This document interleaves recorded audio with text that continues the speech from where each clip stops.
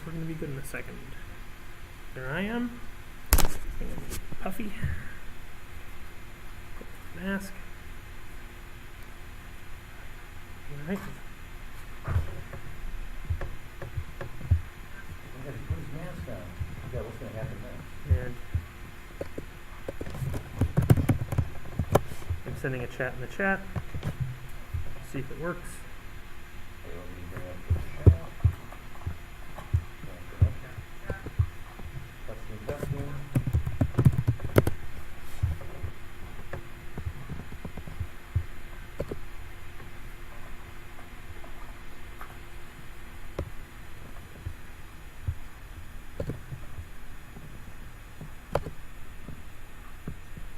You see my I have not looked. Let me look. Donheim, Tinkle Tinkle. Okay, good. We're working. I will pull up my PowerPoints and then share. Can you try something quick? Anybody who's joining us early, thank you. Nice to see you.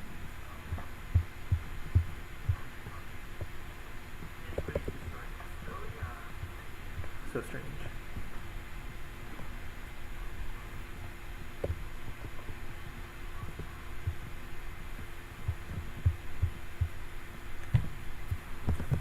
Here is the one thing. Why did TSR fail? Yes, Do you have a ticket? I do. Excellent. Just hang on to it for now. We're sold out, so I'm just concerned. And now I need to get it to. I can't see the mouse. I can't see the mouse. I'm testing the audio with earpiece. Okay. You sound really good. Good. Thank you.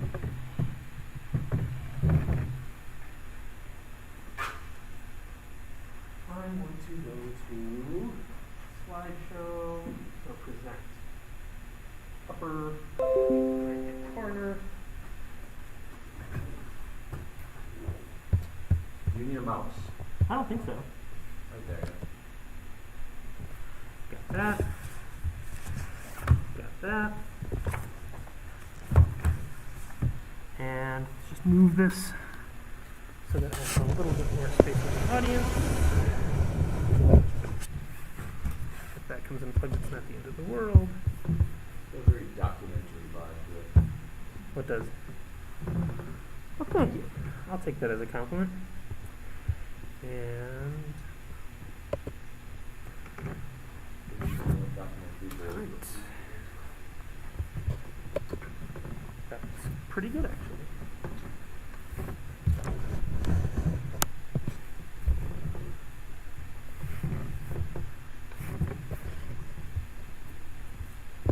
I should post that I'm doing this.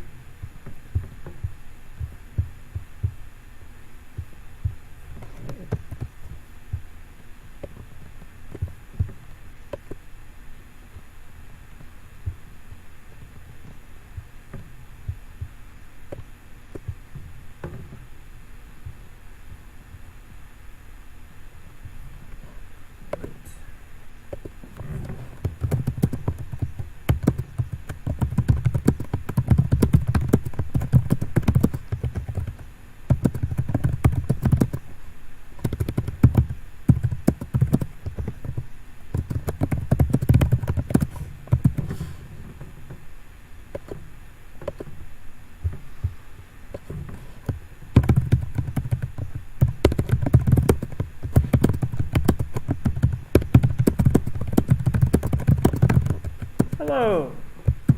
Why TSR failed? Do you have a ticket? Excellent. I'll collect them a little later.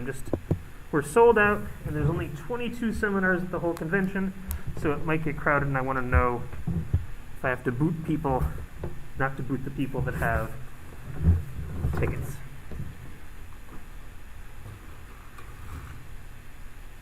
Would anyone mind if I quickly ate an orange up here? Thank you. I'm going to talk for 4 hours, and I was like, why did I schedule it right at lunchtime?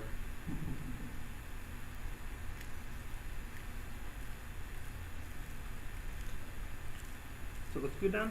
It looks good. Good. I'm going to turn it off now. If you're That's fine. I mean, it looks like everything's working. No one's saying it's not. And I'm not in front of the camera, so Peter Atkinson doesn't know I'm eating an orange. Um,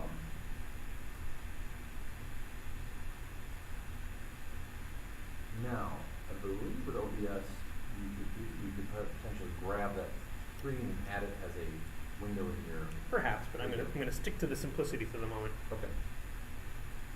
Are you using Zoom or a different platform for live streaming? I'm live streaming on YouTube. Okay. Channel is 123 D&D History. That is indeed correct, which I will mention in my upcoming seminar.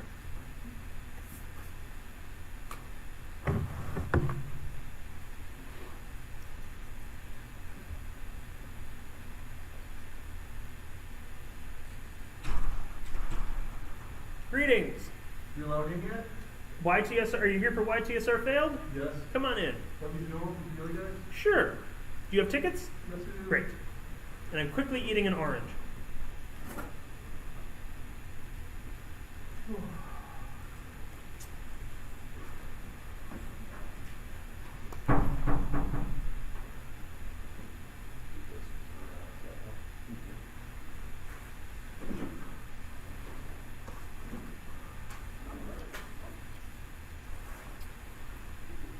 So 1 o'clock, you would like me to wander back. Can you hang up for just a few more moments so I can run to the bathroom one more time? Yeah, But then- absolutely. If you could run back at 1 o'clock so that I could again use the bathroom, I'd appreciate that. Are you doing the next one as well? Just to be both of them? Oh, hold on I'm to gonna it for right say- now. He's gonna police him up in a moment. I don't want to take them because there's a chance of this getting flooded with people, and I want just you want to. to hear the official story. I'm from the Lake Geneva area, so. Oh, did you go to Badger High School? No, I went to East Troy. Oh, I had a friend that worked the loading dock before they pulled it up. And I Oh heard my a lot- God. I heard a lot of third-hand rumors, so. I would love to hear. Is he? I take it this he's still around. I haven't talked to Dave in about a good 10, 15 years. Oh, because I would love to talk to a warehouse guy. Because I've talked to almost everyone who will talk to me, but I've talked to 0 people in the warehouse. And I have no doubt they have some things to say. He worked there from 86, 88. Those are the good times in general. Not the best times, but No, 87 to 89. it's before things got really weird.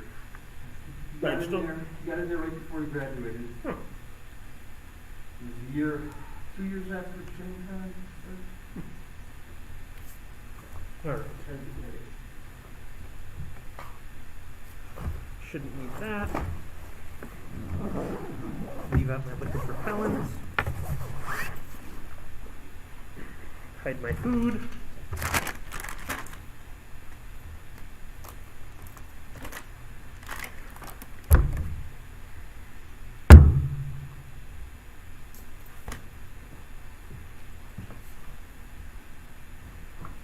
Just don't tell any of the other attendees where my food is.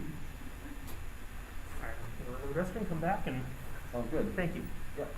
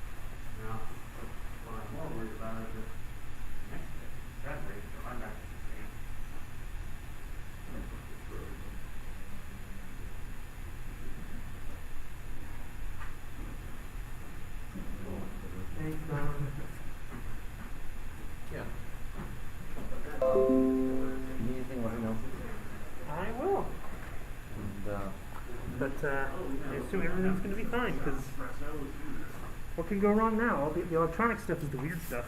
So as long as that's working, I'm good.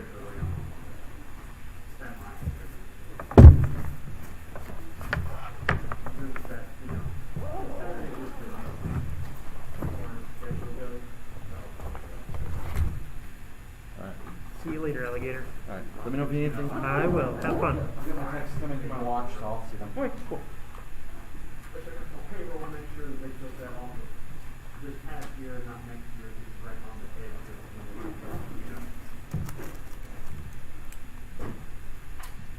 And then I'm just gonna say, I hope it doesn't matter if you're doing a video job. Greetings, humans.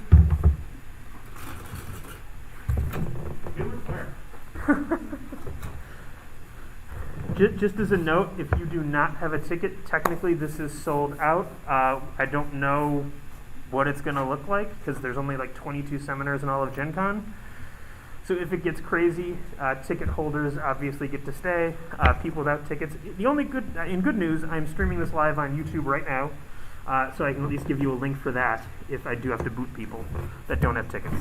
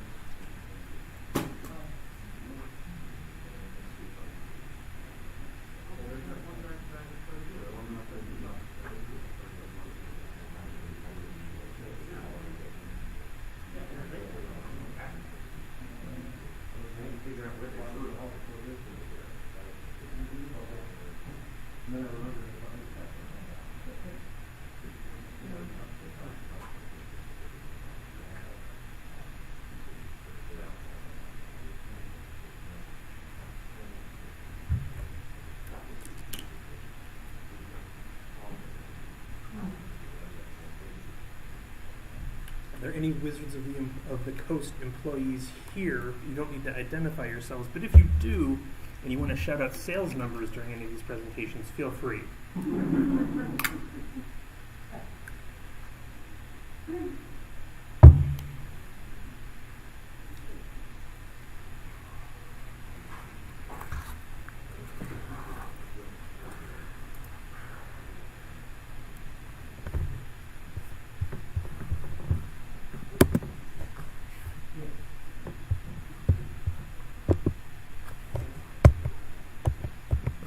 that's working.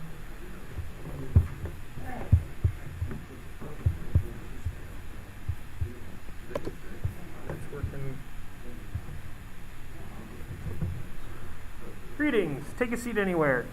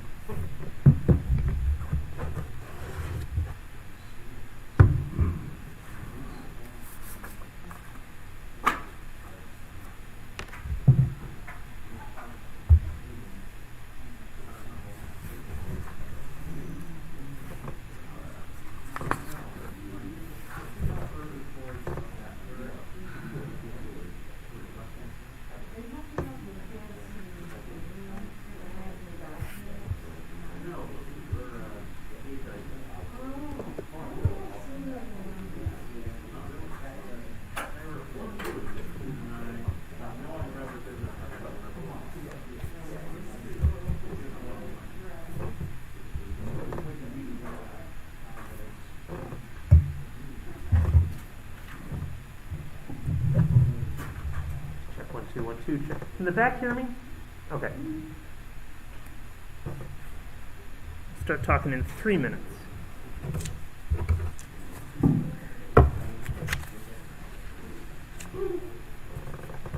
Where are we going to get more of everything from the DMV?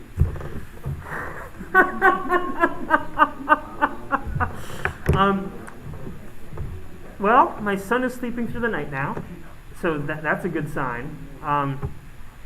So for anyone who's unaware, during the pandemic, a literal doctor of essentially Advanced Dungeons and Dragons, Dr. Scott Bruner, and I started reading aloud the Dungeon Master's Guide. I would do the reading, and he would do commentary, and then I would do kind of my own like historical commentary because I've done a little work on that time period and just where it fits into the grand scheme of things. And that's available on my podcast Plot Points if you have any interest in that. But I had a son on January 28th, and that has been consuming vast amounts of my time since then.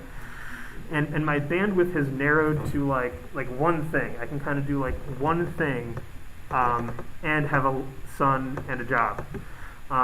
And until about 10 days ago, that one thing was the book that I wrote on the sale of TSR to Wizards of the Coast and why TSR was in a position to be bought.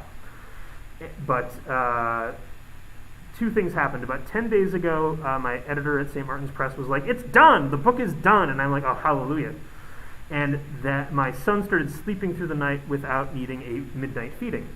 So suddenly I have nothing to do and time. So hearing that there is a demand for that content is really, really important and good to hear. Because Scott Bruner certainly enjoyed doing it, and I enjoyed doing it. I just need to make the time to do it. So thank you for asking. We'll try and send some more content your way. So I'm going to start talking. I think that we're okay.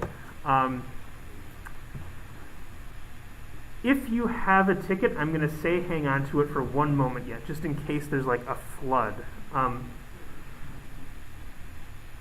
Because again, on the off chance there is a flood of people, I am live streaming this, so please do be aware if you were to, rush up here, grab the microphone and start saying things.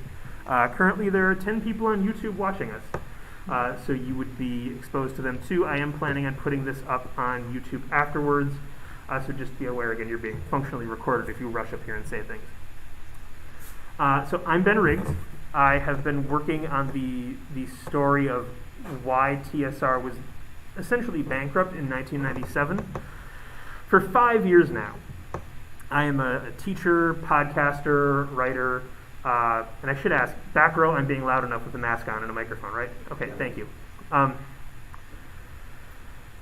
This is the first time I can say I have written a book on the topic. It is done. It is sold to a publisher. It has a launch date, July 19th, 2022. So I should, with that, pass around an email list. If you are interested in knowing when you can pre-order it, please hop on this email list. Pass it on if you don't want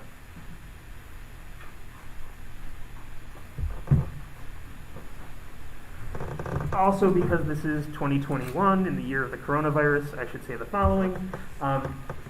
So I teach, but I'm tested for COVID every Friday. My school is entirely masked, and I'm fully vaccinated.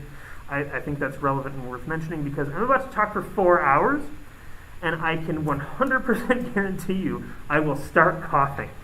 And it will, again, nowadays you're like, oh my God, they're coughing, they've got the Rona, which is not an unreasonable thing to think about. But I have no doubt that, I'm going to be coughing because I'm talking for 4 hours. So I just kind of wanted to cover that early so that, people aren't like, I'm just going to leave early and watch this on YouTube. With that, I'm going to take a drink of green tea, and we're going to get going.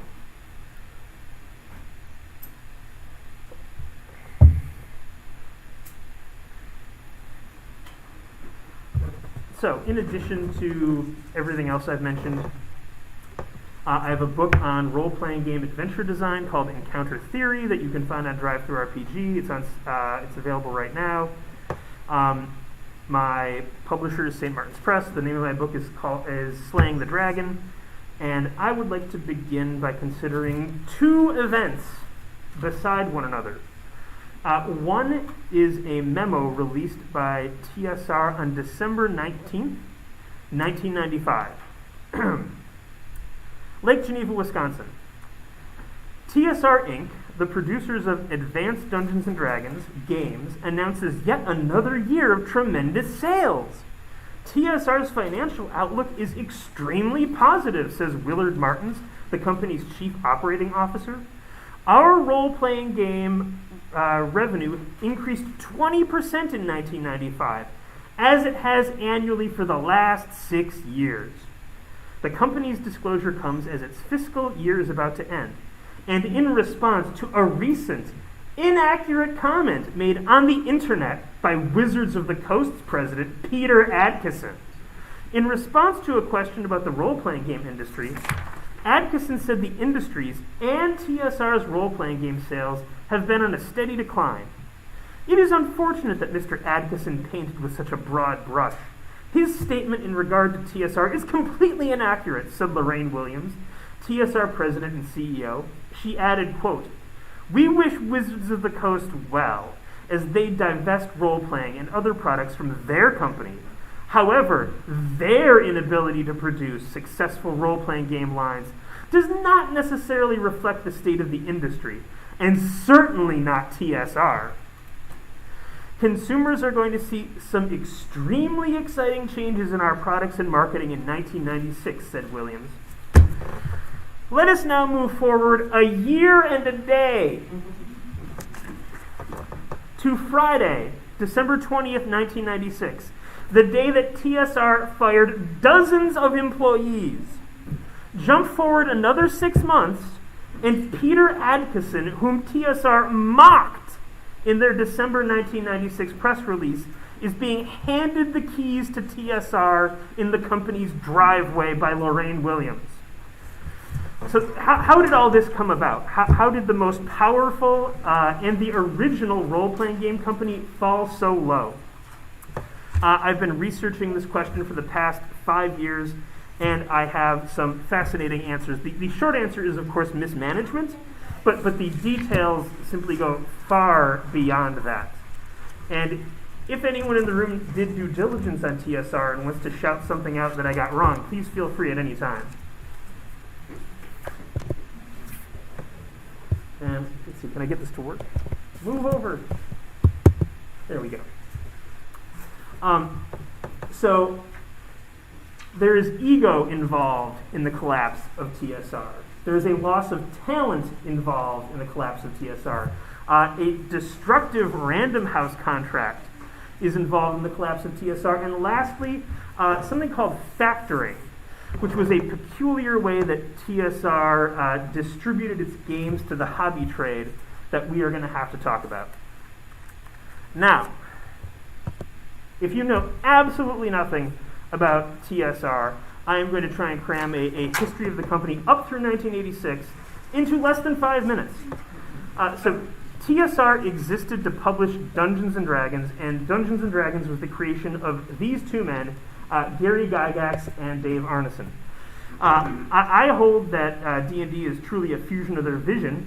Dave Arneson does not, and in my opinion, has never really received his due as a co-creator of the game. I also want to mention the Thucydides of role-playing game history. John Peterson has a book coming out in October called Game Wizards, specifically about the relationship between Arneson and Gygax, and he has the letters they wrote to one another. He literally has snarky letters between Gary Gygax and Dave Arneson, which he talks about in the book that's coming out next month. Please go find it. I believe it's from MIT Press. Game Wizards by John Peterson. So in the early 1970s, Gary Gygax was an insurance underwriter and a huge nerd. He founded not one but two gaming organizations, the International Federation of Gamers and the Castle and Crusade Society. He founded Gen Con, now owned by Peter Adkison. In 1971, he wrote Chainmail, a medieval minis game with another designer named Jeff Perrin. The game, quote, made a number of innovations to the game table. It provided rules for man-to-man combat and a 14-page supplement for fantasy that included rules for elves, dwarves, trolls, and dragons at the table. Meanwhile, Dave Arneson, good, I'm in the right place. Meanwhile, Twin Cities native Dave Arneson meets Gary Gygax at Gen Con 2. He takes Chainmail back to the Twin Cities and begins to use the man-to-man combat system, but players usually only control one piece on the board, an idea he probably got from a game called Brownstein, but there's also a lot of controversy on that, which is also explored in John Peterson's book. Arneson's adventures took place in a fantasy world of his own creation called Blackmoor. Characters explored trap-filled rooms of monsters where they received treasure. Lastly, characters persisted from session to session in Blackmoor. In November of 1972, Arneson made a pilgrimage down to Lake Geneva to run Blackmoor for Gary Gygax and his friends. Ending in the wee hours of the morning, you could call this the first session of Dungeons & Dragons ever played. Gygax was vastly impressed by what Arneson had done with Chainmail and immediately asked for a set of his Blackmoor rules. 18 cribbed and cramped handwritten pages soon followed, which Gygax set about typing up, expanding, and revising. Soon, Gygax had 50 pages of rules, which he began playtesting with his children, Elise and Ernie. Writing 40, and you could say that was also the first session of D&D, depending on your point of view. Writing 40 years after the fact, Gygax said he first called this project the Fantasy Game, but realizing that title was as bland as skim milk, he polled his players and family and came up with the title Dungeons & Dragons. When it was first released, it came out and cost $10, which was considered incredibly pricey for the time. It was photocopied a ton by people who didn't want to pay the $10 for it. And Jim Ward, who would go on to be the highest ranking creative at TSR in the 90s, he said that he had to save up months on his teacher's salary to buy Dungeons & Dragons. In today's money, I want to say it's like $80. I think I did a transfer, and it would be like $80. And the box contained 3 stapled booklets. So you're paying $80 for a box with 3 stapled booklets. So, D&D just has a tectonic effect on nerd culture in the 1970s. Sales shoot up. You get advanced Dungeons & Dragons created to try and codify the rules. Basic Dungeons & Dragons comes along to get new people in. The Satanic Panic comes along, which seems to only increase sales. You get a TV show. There's toys. There's books. Finally, by the early to mid-1980s, there's a crash, probably because TSR saturated their market. Profits are down, and Gary Gygax is booted out in 1985, which I also understand will be covered extensively by John Peterson in his book next month. Which brings us to Lorraine Williams, who will be the CEO of TSR for the era that we're largely talking about here. So, Lorraine Williams inherited her money. She was part of the Dilley family, which some call the Buck Rogers fortune. You could also call it the Chicago Tribune fortune if you want to. Now, when she comes in, she does literally save the company in 1985. People described her as a person who could talk to banks. She was an adult in the room who could keep money flowing. But if you're going to lay the salvation of the company in the 80s at her feet, you also have to lay its demise in 1997 at her feet. She's often portrayed as like a villain and kind of an ogreish monster. And while she certainly made mistakes in business, the monster portrait tends to be a little bit off. I need to do a quick trigger warning. I'm going to briefly mention some sexual abuse here, so just be warned. One example that people often cited as, hey, Lorraine Williams, was a good person even if she wasn't a great manager, involved William W. Connors. He was a game designer from Pittsburgh, and when he moved to Lake Geneva with his wife, she began having flashbacks to sexual abuse as a child. She had a total psychotic break, and she needed to be hospitalized in a psychiatric hospital so that she wouldn't hurt herself. Bill Connors would talk about how he would come home from working at TSR, and he'd play Tomb Raider with his two young sons, one on each shoulder, telling him what to do, and he'd put him to bed and wait for a phone call that he hoped never came about his wife killing herself. When she finally gets out of the hospital, he is like, I cannot leave my wife alone. Like, I cannot go into work every day for 8 hours with confidence that my wife is going to be okay at home. So he goes into TSR to quit. He's packing up his things in his cubicle, he's crying, and he is told that Lorraine Williams will not accept his resignation. He's too important to the company. He has to stay. He should do whatever he feels like he has to make his work life at TSR function. The company will forward him paychecks. The company will forward him vacation time, but he is not allowed to leave.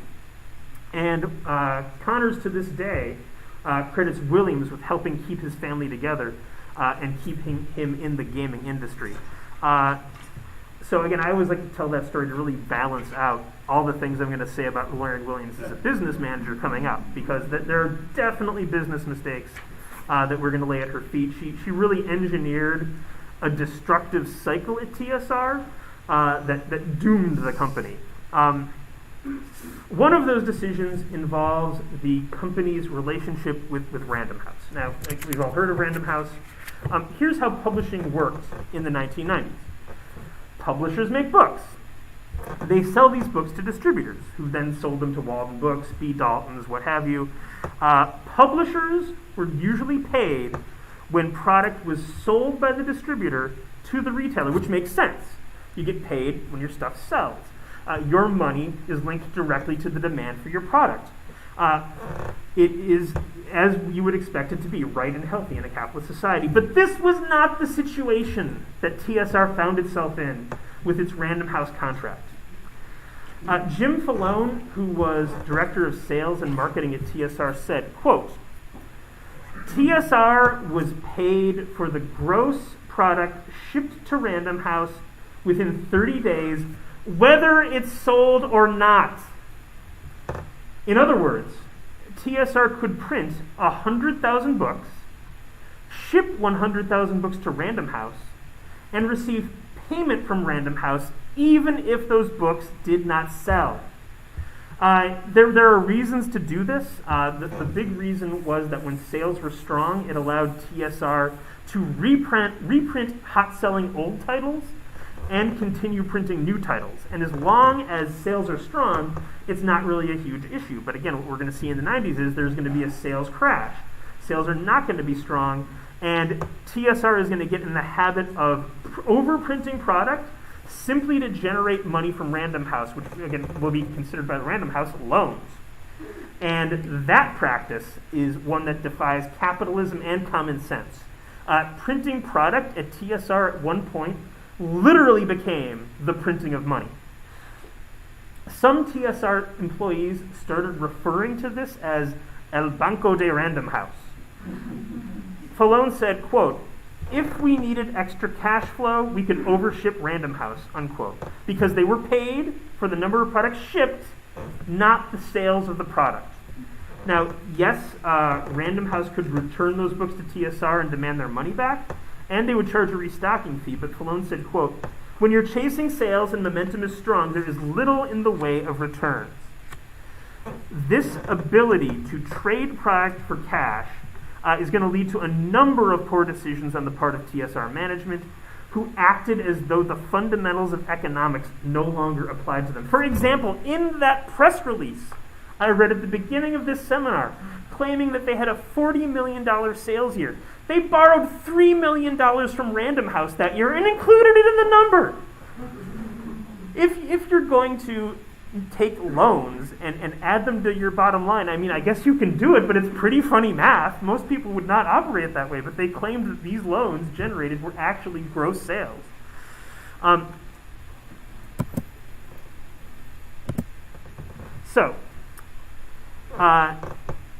This is going to lead to massive overprinting in an effort to use El Banco de Random House as a store of ready cash. This overprinting is going to take a number of successful games and drive them into the red. For example, Dragon Strike, which was designed by Bruce Nesmith and Andrea Hayday. Bruce Nesmith, who also designed the Ravenloft campaign setting and was the lead designer on Skyrim. Dragon Strike was a 1993 product for beginners, which came with a videotape explaining how to play a role-playing game. It sold well, with a number of different people at TSR claiming it sold 100,000 copies, with reprint orders for 50,000 more. TSR management, though, when deciding how many copies of this hit game to reprint, did not print 50,000 copies, which is what the orders warranted. Rather, they decided to print 150,000 more copies of the game. Those 100,000 copies did not move. They became a mountain in the TSR warehouse. Dale Donovan, who was on the editorial staff of TSR's Dragon magazine, said that this mountain of unsold Dragon Strike was just sad. Eventually, TSR is going to ship those 100,000 units to Random House just to generate the loans that would come from it. Donovan said of that quote, it soured the market for the sequel, unquote. That, you know, you had all this Dragon Strike sitting around. No one wanted the sequel because of it. When he saw the vast mountain of Dragon Strike, which was supposed to be sent out to distributors, Jim Falone couldn't believe it. He said, quote, "I think the first sign of a crack was when I was asked to double ship Random House a very large amount of Dragon Strike games. I stopped the shipment thinking it was a mistake," unquote. A week later, Jim Falone's boss, Vice President of Marketing Rick Baling, discovered the games hadn't shipped. He came to see Falone. Falone remembered, quote, "Rick Baling stormed into my office while I was on the phone with my counterpart at Random House, and he screamed at me at the top of his lungs and stormed out. After a second, my buddy from Random House said, 'Did you just get fired?' All I could say was that I wasn't sure. I showed up the next day, and nothing was said of it again, but the product got shipped before the close of the quarter," end quote. And again, the point of shipping that product was that within 30 days, TSR would receive a check for that product from Random House. TSR got paid when they shipped, not when product was sold. Now, that was what was going on in the book trade. So if you bought a TSR product from B. Dalton or Walden Books in the 90s, that was what was going on in that market. The hobby trade, the gaming stores, was handled by a separate vice president, John Danovich. And TSR found another just arcane and unusual instrument for running its finances in that market. So, John Danovich was the director of sales and marketing at TSR in the 90s, and he described TSR's sales process to hobby stores this way, quote, "TSR would plan out its releases for the year. For example, May 1995 would see the release of the revised second edition Player's Handbook. In June, TSR would release the History of Dragonlance. In July, the Birthright box set, etc., etc., etc. In January, the sales department would take this product schedule and use it to generate pre-orders. Danovich said, quote, all of the sales that were done through the hobby trade were predicated on a pre-order system that was triggered in January. We tried to get every single unit we could sold in January. All the new releases, all pre-releases, any back sales, it was all predicated off of January sales, end quote. To encourage distributors to commit to making purchases on products which they hadn't yet seen, TSR sold these products in January at a discounted rate. Perhaps the sweetest deal from the buyer's point of view was that they didn't actually have to pay for the products until they were published and shipped. They got a discounted price simply for signing a contract saying they would make that purchase at a later date. TSR then took those contracts, which were signed by their hobby store distributors, and sold them to an investment bank. From the bank's point of view, purchasing the contracts was a solid investment. TSR had an exceptional history of hitting deadlines for products. The buyers had already signed contracts agreeing on the price. The bank, of course, also wanted a percentage.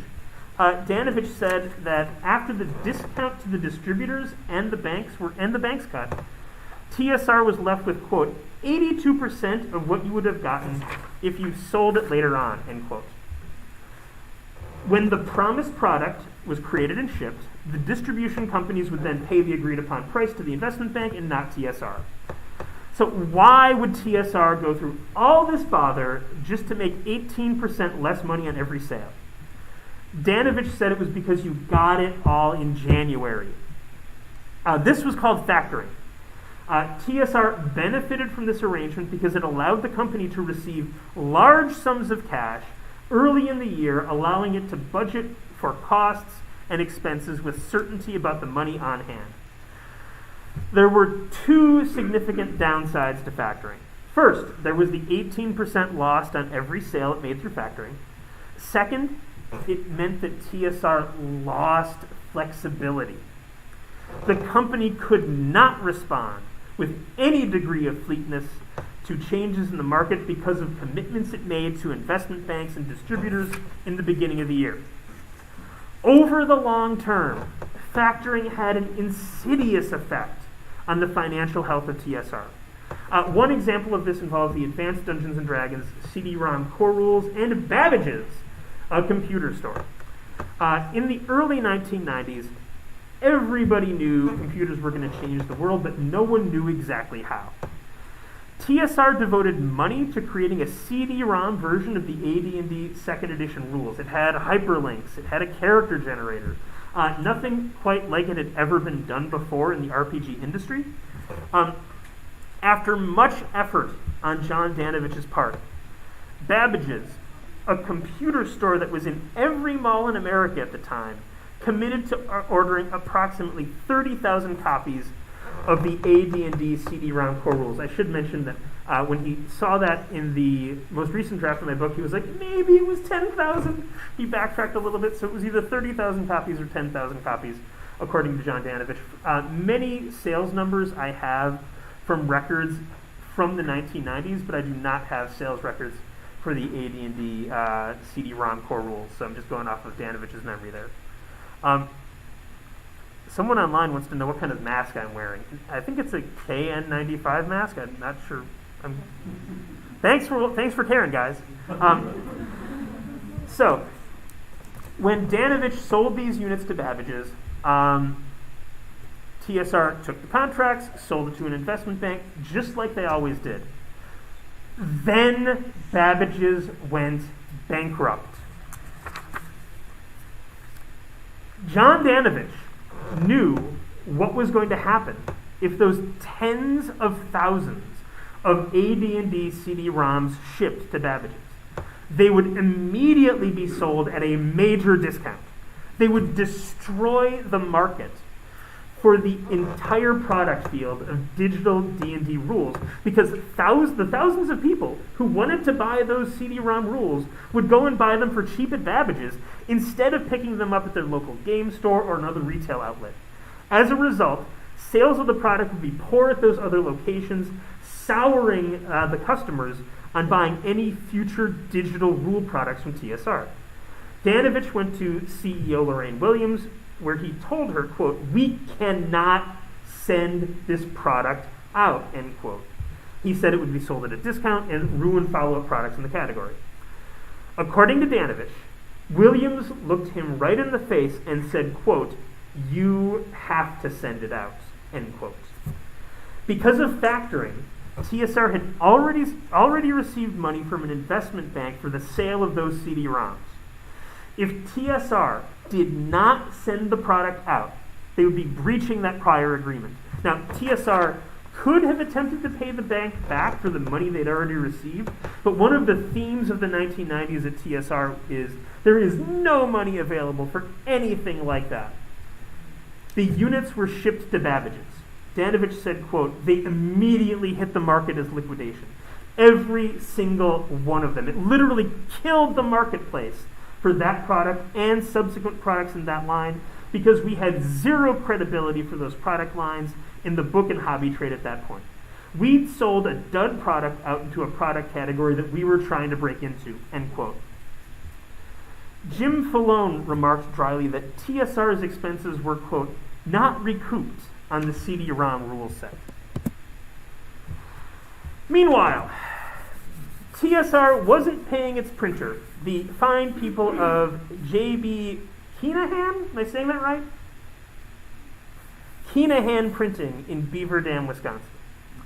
TSR let its bill with Keenahan get so delinquent that the company had to give J.B. Keenahan TSR's office building in Lake Geneva. Lorraine Williams had a meeting with the entire staff of TSR and presented giving Keenahan the TSR buildings as some sort of win for the company.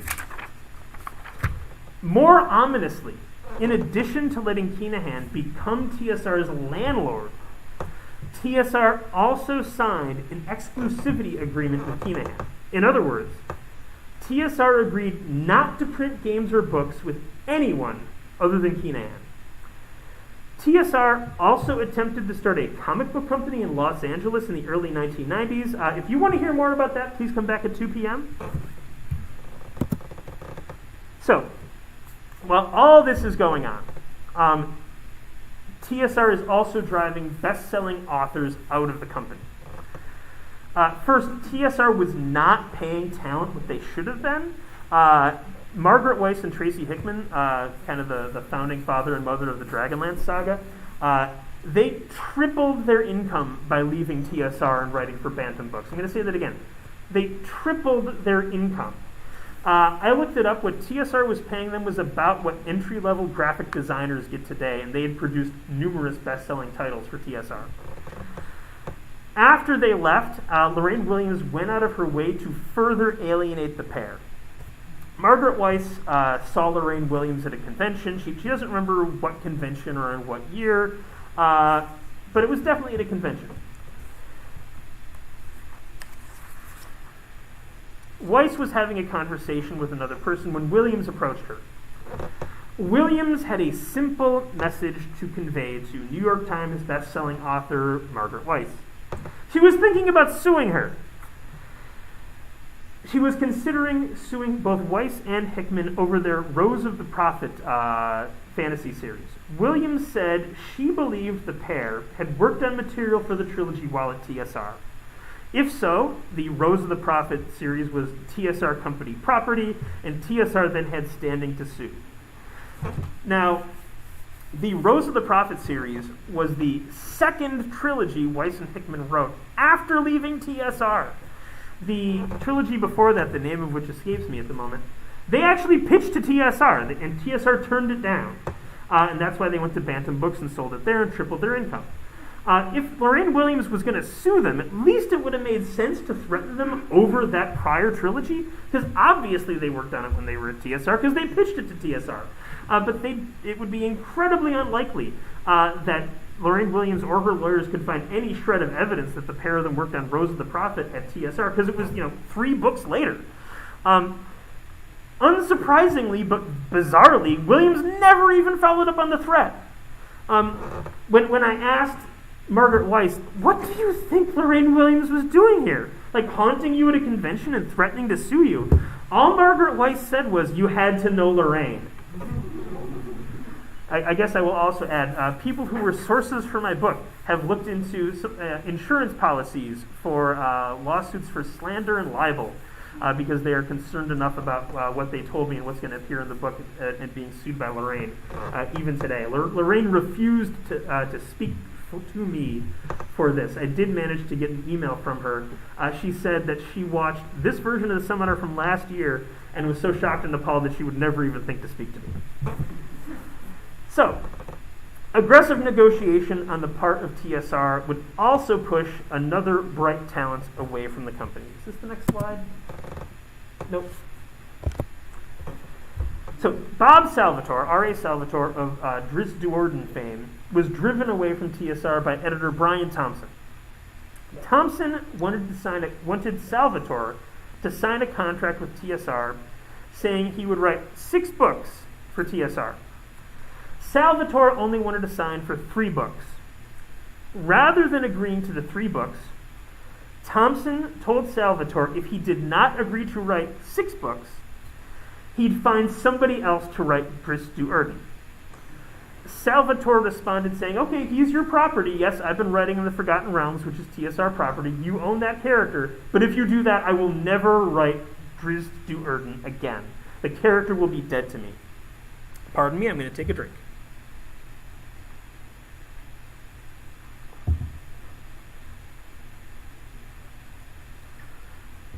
Thompson got author Mark Anthony to write Drizzt, and Salvatore swore he would never write for TSR or write Drizzt Do'Urden again. Obviously, there's more to that story, which will be covered in my seminar on the sale of TSR to Wizards of the Coast. I should also add Brian Thompson, who was demanding that Bob Salvatore write 6 books for TSR. He passed away, I believe, in 2008, so I could not interview him for this. However, he was close friends with Jim Falone, the vice president of sales and marketing I talked about earlier. So I talked to Jim Falone about this, and I was like, okay, so here's the story I'm hearing from Bob Salvatore. Salvatore wanted to write 3 books. Thompson said write 6 or else, and da-da-da-da. And Falone said, there are some things in that story that are not entirely the way that I heard them from Brian Thompson. Namely, Falone said that R.A. Salvatore, Bob Salvatore, had signed an exclusivity agreement with another publisher saying that he would only write for that publisher, so he couldn't write for TSR, and that functionally Salvatore was asking TSR just not to publish any Drizzt books while he was under an exclusivity agreement, which obviously, no company's going to really be like, okay, we just won't put any Wolverine comics out until you say we can, creator. They're going to go find another creator to do it. So there are 2 sides to that story. But whatever happened, Bob Salvatore left the company and said he would never write for TSR again. So we have talked about destructive practices in distribution to the game stores. We've talked about destructive practices in distribution to the hobby trade. We have talked about talent fleeing the company. There is one piece of the story that we have not told yet. And it was a piece really uncovered by Ryan Dancy and Lisa Stevens, current, I think she's publisher emeritus now at Paizo. She was the publisher at Paizo for a long time. Ryan Dancy has a position at AEG, but I can't recall what it is off the top of my head. Ryan Dancy is probably most famous in the industry for being the greatest proponent of the open gaming license at Wizards of the Coast. So, once Wizards purchased TSR, they were faced with a quandary, which is, so why exactly did TSR fail? When I talk to TSR people, it's amazing. They'll be like, oh, we were doing so good, we were doing amazing, and then it all fell apart. And I'll be like, well, why? And oftentimes I will hear, well, Magic just killed us. Magic came in and just destroyed TSR in some way, shape, or form, and that's the story they tell. And yet, if you look at sales numbers for TSR, a lot of sales were dropping of core D&D titles in the 90s. I was just talking to Chris Pramus of Green Ronin, who worked at Wizards during the transition from second edition to third edition. And he mentioned that if the second edition team at Wizards sold an adventure and it moved 15,000 copies, they felt really good about themselves. Ravenloft, the original Ravenloft in the 1980s, sold 50,000 copies in like 3 months, the first 3 months of its existence. So there's been a huge drop-off in demand between the early 1980s and the 1990s. But if you looked at TSR's financials, they tended to kind of hover around 30, 35 million for most of the 90s. And yet I'm seeing these sales numbers dropping, and I kept asking people, so, okay, how are your gross sales staying about the same if you're like selling less and less product? And the answer was, well, we just sell more of it. At one point they had like 14 game lines they were selling. They were getting into novels. They produced, I want to say 5 novels in 1985. Those 5 novels in 1985 sold as many copies as something like 25 did in 1994 or 1995. So TSR was keeping gross sales approximately the same by selling more and more product. But what Ryan Dancy and Lisa Stevens discovered was that given the amount of money that TSR was spending to create these products, vast swaths of TSR products were never profitable. For example, the entire Planescape line, Dancy told me, was never profitable at TSR. And I had a few people TSR mention that to me, like Dragonlance Adventures had these flip books, and they produced like 4 or 5 flip books before they figured out they were losing $1 or $2 a copy because the flip books were so expensive to make. And they're like, oh crap, stop making flip books. But while TSR employees would occasionally tell me about like individual products, Dancy and Stevens painted a picture of a company where huge amounts of their product was never profitable. Furthermore, the proliferation of 14 game lines took their fan base and atomized it, just chopped it up into little pieces. And you would have Forgotten Realms fans and Greyhawk fans, and never the twain would meet. You would have people who would buy everything for Ravenloft and nothing else. The proliferation of game lines was one of the other things that really helped TSR bleed to death.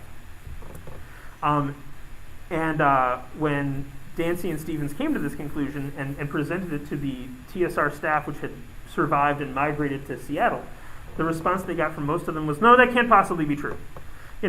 People like that game line title, that drives people to buy products. It pushes people to buy products.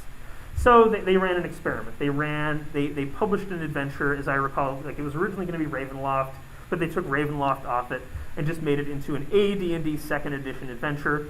And then they had a Forgotten Realms adventure come out, and it came out under the Forgotten Realms logo. And the generic adventure sold like 3 times as many copies.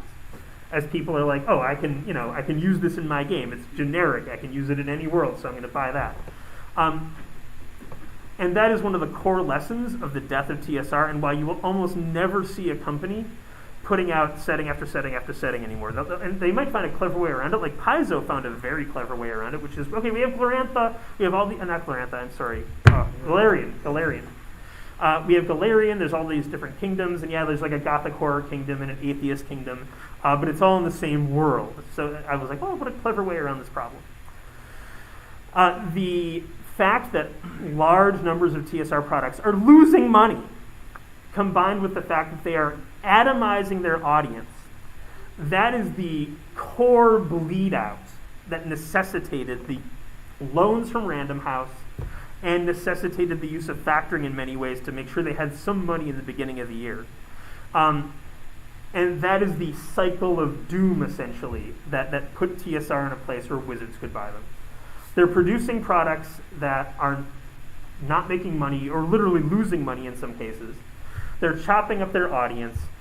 They have large overhead because they have a literal office with, depending on the year, you're talking about hundreds of employees, although I want to say for most of the Williams era, they kept it to 99 or under. But still, these people have dental plans. They have health plans. Some creators were making $100,000 at TSR. to make all of that work, that's why they went and got the loans from Random House. But again, they never had the sunny days that would allow them to repay those Random House loans. TSR finally is in a situation where Random House is like, oh crap, they owe us $12 million.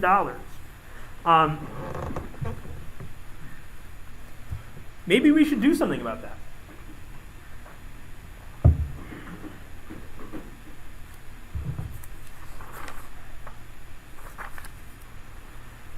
So Random House noticed a large amount of product in their warehouse, a large amount of TSR product in their warehouse. They also noticed TSR owed them about $10 million, not 12, about $10 million in loans. Falone said at that point, Random House began to talk about garnishing a percentage of the monies paid to TSR when TSR shipped new product to Random House. And they'd use the garnished money to pay down the debt. All of this set off alarm bells within the executive suites at TSR.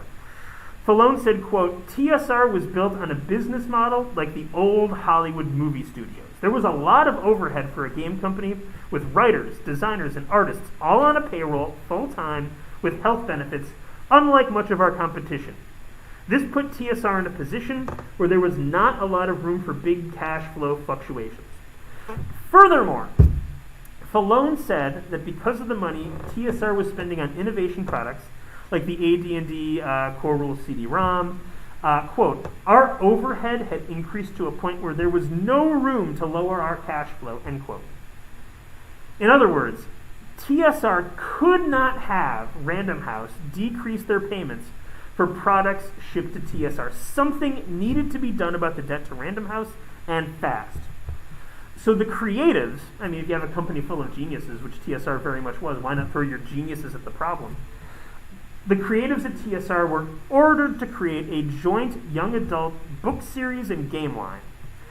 Falone described it as, quote, a mashup of Percy Jackson and the Teen Titans if the Teen Titans were international Olympic athletes. He added, quote, the concept had a strong tie to the Olympics, so we could take advantage of the promotional media frenzy leading to the summer of 1996. Falone said this was going to give TSR breathing room because the money from the creative work would then be applied to TSR's debt. In 1995, TSR executives, including Jim Falone and Lorraine Williams, met with Random House Executive Vice President Jerry Harrison in a room at the O'Hare Hilton. For TSR, it was a high-stakes meeting with the future of the company on the line. Falone recalled that Williams pressured the Random House executives for a financial commitment to the project a mere 15 minutes into the meeting. Harrison said he could not promise TSR any money without running it past Random House president Alberto Vitali. When this became clear, Falone recalled, quote, Lorraine said, I guess we're done, and got up and walked out. The fact that Random House was not willing to make a deal without authorization from the very top, and that TSR owner Lorraine Williams was so desperate for cash flow, indicated to Falone that, quote, things were much more serious than we thought. Rather than go back to what was sure to be a tense executive wing in Lake Geneva, we went to a bar for the rest of the day. TSR then attempted to make Random House jealous. Falone said that relations with Random House were strained after the meeting, so TSR began to flirt with other distribution partners, hoping that Random House might forgive some of the debt in order to keep TSR as a customer. Falone said TSR, quote, started talking to Tor Books and Macmillan to make Random House jealous, but also to see if Macmillan would buy us out of our Random House deal and debt. To drive home to Random House that TSR was on the prowl for a new distributor, a dramatic plan was hatched. In spring and fall of every year, Random House held sales conferences with all their publishers. TSR, of course, attended every one. And at a sales conference after the O'Hare Hilton incident, TSR was scheduled to deliver a presentation. In an attempt to improve their position In renegotiations with Random House, TSR ditched the Random House sales conference, and Falone said, quote, "We instead flew to Florida for the Macmillan sales conference," end quote. TSR only called Random House to tell their creditor and distributor they wouldn't be attending the sales conference, quote, "an hour before we were due to present to their sales force," end quote. Falone said the intention of the maneuver was, quote, "that in order to keep us, Random House has to forgive some of the debt," end quote.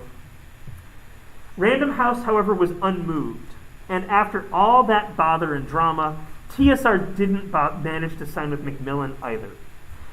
To those who know the whole story, TSR was clearly an ailing company. However, knowledge of the true state of things in Lake Geneva was kept from most of the employees and certainly from gamers at large. In the spring of 1996, Random House sued TSR for repayment on its massive outstanding debt. TSR had attempted to pay it down, and they managed to knock it down by like $1 or $2 million in about a year, which was not quick enough for Random House, so Random House sued. Now, that lawsuit was withdrawn about 6 weeks later, and no one who was actually involved in the lawsuit was willing to talk to me about it and tell me why it was withdrawn 6 weeks later. However, in the U.S. Copyright Office, there is a curious document. About 6 weeks after the lawsuit, about the time the lawsuit is dropped, TSR notified the Copyright Office that they were using the copyright for a bevy of D&D and AD&D works as collateral. No, not collateral. As collateral on a promissory note. So they got a loan, and they used the copyrights for these works as the collateral on the loan. Now, this is a dire situation given what we know is going to happen to TSR. If TSR truly went bankrupt and the copyrights for these works went up on an auction block, for example, one copyright was the AD&D 2nd Edition Player's Handbook.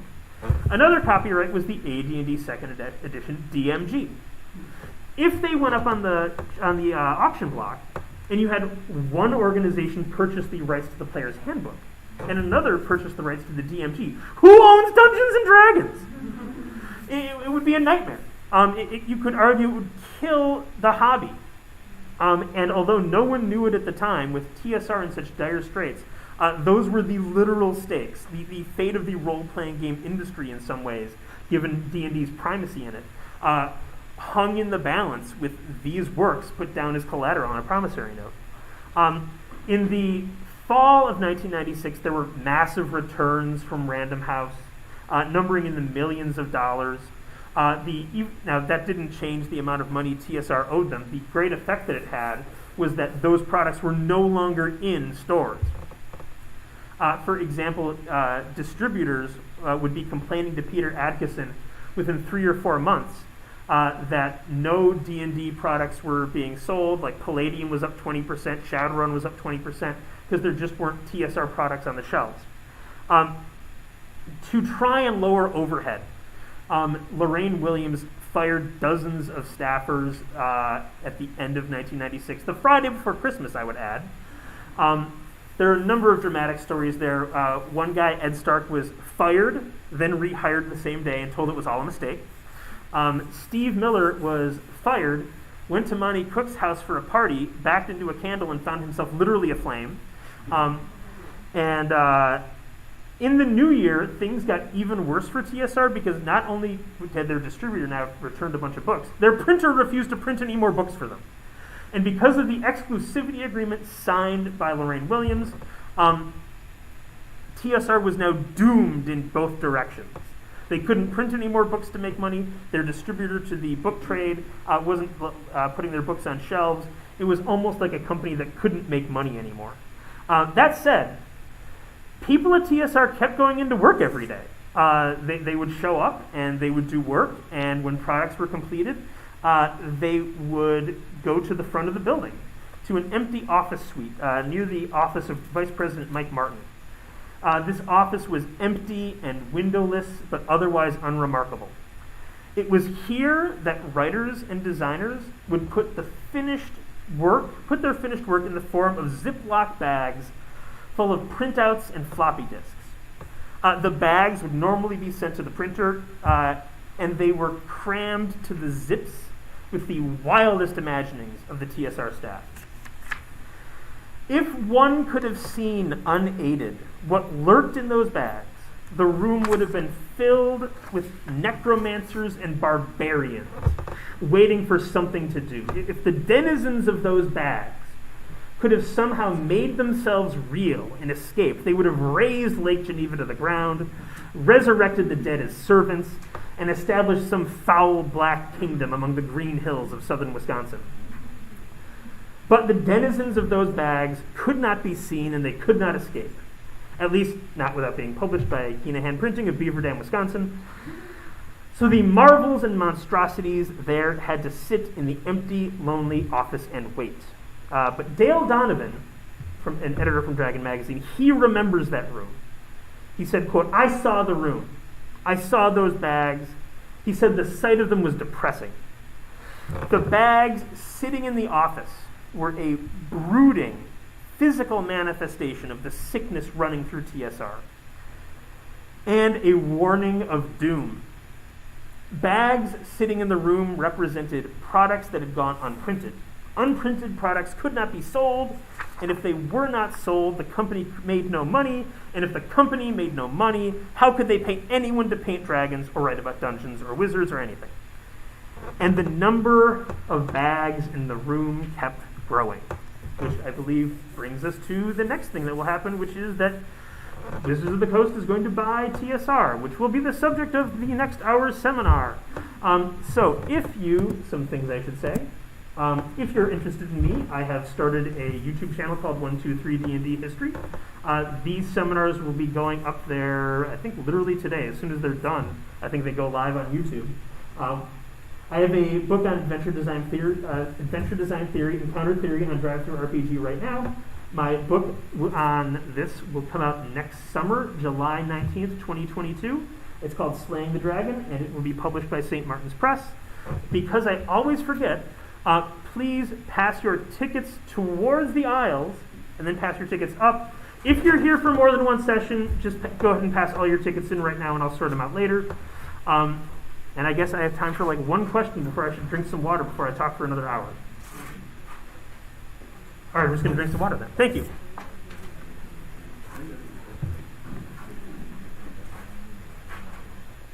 And I guess I should serve it. Wait, go ahead. Do you expect to be sued? 50-50. Luckily, I don't have much, and I figure a lawsuit is going to be good publicity. Thank you very much. Just put them right there. Thank you. Thank you. Gracias. Nice shirt. Do you come every year? I do not. You look familiar. This is actually my first time here. Okay, well, I have no idea why you look familiar, but anyway. I did go to George Mason for grad school. You did go where? George Mason? Huh, that's weird. I know people that went to George Mason, but I didn't. Oh, okay. Oh well. Things happen. Yeah. So I don't got a paper one, but I did get on phone. Pardon? It's me. Oh, okay. Thank you. That was a great seminar, by the way. Thank you. Yeah. Feel free to stick around. I've got 3 hours more of material. If you're online and watching, we will recommence in about 5 minutes. Online people, we will commence again in 5 minutes. Any other questions? Nope, just kind of mask I'm wearing. Okay.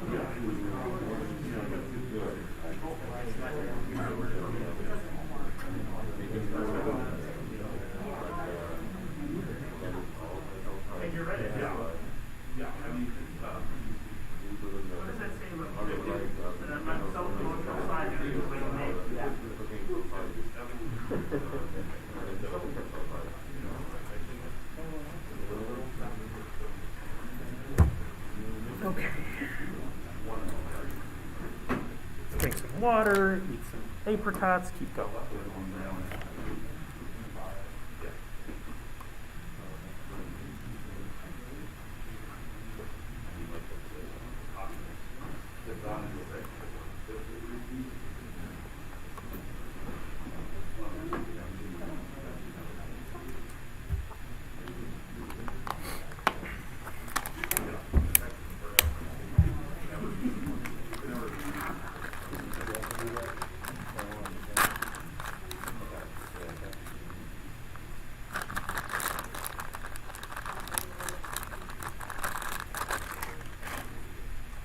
Hey Ben, was Random House not interested in publishing your book?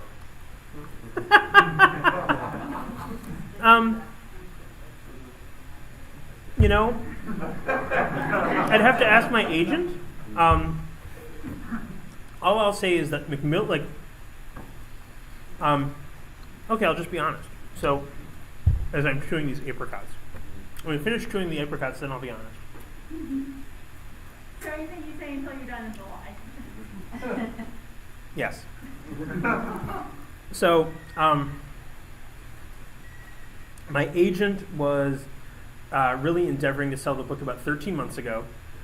We had 2 or 3 hey, this sounds interesting, we'd like more information, I need to wait until the chief editor from this or that company gets back. And then at St. Martin's Press, which is a division of Macmillan now, an executive vice president who was also an editor, he bit. And he bit hard. And in the publishing industry, an executive vice president, that kind of means something. He has power at the company. Whereas other people we were talking to were like, hey, we're interested, but we're going to have to run it by someone else. He was the someone else at St. Martin's Press. So with him, again, because he was so enthusiastic, it was just one conversation, and boom, off we went. So to be honest with you, I don't even know if Random House looked at it or if it got that far, because again, I would say in general, for 5 years, this has been a project that a lot of people outside of role-playing games I talked to about it didn't have the vision to truly see what it was, what it could be, and why there's a market for it. But this guy, Peter Wolverton, his son was hugely into Critical Role. And he's like, okay, I see it. I see the exact audience for this book. So sales numbers of any kind tend to be sticky to get a hold of. But I've managed to get a few sales numbers of just how books about D&D have been doing. For example, the Gary Gygax biography, Empire of Imagination, that sold about 30,000 copies in its first year out. The guy who writes the blog, The Monsters Know What They're Doing, he got a 3-book deal. The week I happened to be looking at these sales numbers, his book that week sold 30,000 copies. So in the past half decade to decade, there's been an exponential growth in sales for books just about D&D. So I think that was why. But anything new is hard to see. So I think I just got really lucky that I managed to find a big fish. My agent managed to find a big fish who was motivated and could see that market before other people could. So that's a very long-winded, honest answer to a smarmy question. Very quickly, and then I should start talking for real. No, now I'm interested. What is it? No, what? Okay, so this is one of those big questions. It's really more of a challenge. So you were talking before about how PSR kind of fragmented their own market with too many products. I totally believe that on the product side, they were very bad at managing that. But so the other argument is that the market was going to fragment anyway. The only question is whether PSR was to afford them or not. And this is the whole problem of technological innovation everywhere, which is Microsoft would have loved to keep its, $1,000-era monopoly, but people were going to be like, hey, we're going to make free Google Docs, and you're going to have to make Office 365, an Azure whether you want to or not, because that's where things are going to go, like the music industry. Everybody would love to have, Michael Jackson and Madonna, the big superstars that focus the market and everybody knows, but the market atomized anyway, and just deal with it. Here is my anecdotal answer. To the people watching online, the question is essentially, hey, you're talking about how TSR chopped up its own audience, but the market was going to do that anyways. People were going to come and find other games. They're going to go play Vampire. They're going to go play BattleTech, etc. That's essentially your point, right? So here's my anecdotal answer to you. Those of us who come to Gen Con are typically role-playing game fans, and we love D&D, but we may also love Torchbearer or Green Ronin's Blue Rose role-playing game, or what have you. But there are millions of people who only play D&D 5th edition. And it is, even both back then and today, it is not just the big fish, it almost is the sea in some ways. So I would tell you that yes, while the market does offer competition and options, that D&D's preeminence is so huge that it's one of the reasons the OGL exists. As I think we're going to talk about in my next seminar, one of the reasons that Ryan Dancy was so into pushing the OGL was it kind of got everybody talking the language of Dungeons and Dragons. And I suppose you could argue that that's one of the foundational long-term reasons for the dominance of D&D is that, because other people can just use the system now, it gets other people playing D&D even if it's under another name. So again, I don't have any strong data evidence. I'd have to go look at ICV2 probably to find a data answer for you, but that is my off-the-cuff anecdotal answer from what I hear from other role-playing game companies is that just D&D is so dominant that even other than Paizo and Chaosium, everybody else is just so tiny compared to Wizards. But I could be wrong, it's just anecdotal evidence. So, because I seem to have had a large number of people switch from previous seminar to this seminar, a couple things I want to say. So I'm Ben Riggs. I am a writer, author, journalist, podcaster. I need a different slide up. And that's going to work? Yes, it is. And I'm talking for 4 hours today. And I teach during the week. I get tested every Friday for COVID at my school. I teach 7th and 8th grades, so basically everybody's vaccinated. And the reason I'm telling you all of this is because I'm speaking for 4 hours. I will inevitably at some point start coughing. And I just want you to know it's probably because I've been talking for 4 hours, not for any other reason, but again, being this the time of the coronavirus, somebody starts coughing and everybody kind of gets nervous. So I just wanted to point that out at the beginning of my seminar. I'll probably do it again, because again, I anticipate to start coughing more the longer I go. With that, let me begin properly. So I am Ben Riggs. I've been working on the sale of TSR to Wizards for about 5 years now. And my last seminar was why TSR failed. This one is going to be about the sale of TSR to Wizards. And I need to start, because we've had some switchover, with the dire place TSR was in the winter of 1997, for those of you who weren't here. By the winter of 1997, TSR was a company in dire peril. The company that had started the role-playing game industry and published the most recognizable product in the field. Yet due to years of mismanagement, the company now found itself $30 million in debt in a year where the company only grossed $40 million. And again, a significant portion of that $40 million that they claimed was actually loans. They put loans in in the black. Due to their massive outstanding debt, TSR had laid off dozens of employees the Friday before Christmas in 1996. Worse yet, from the point of view of gamers, TSR used the copyrights of a number of D&D and AD&D works as security on bank loans. And again, the example I use is one copyright was for the AD&D 2nd edition Player's Handbook. Another copyright was for the AD&D Second Edition DMG. Dragonlance was a separate copyright. Forgotten Realms was a separate copyright. Usually the setting copyrights would be like Forgotten Realms campaign set. So again, whatever the box set was, that was what the copyright was for. But if TSR went bankrupt and those copyrights went up on the auction block, you could literally have one organization owning Forgotten Realms, another organization owning the DMG, another organization owning the Player's Handbook, meaning that like who owns D&D is going to be a question for courts, lawyers, and judges to decide, which would be a nightmare, and it could have killed the role-playing game industry.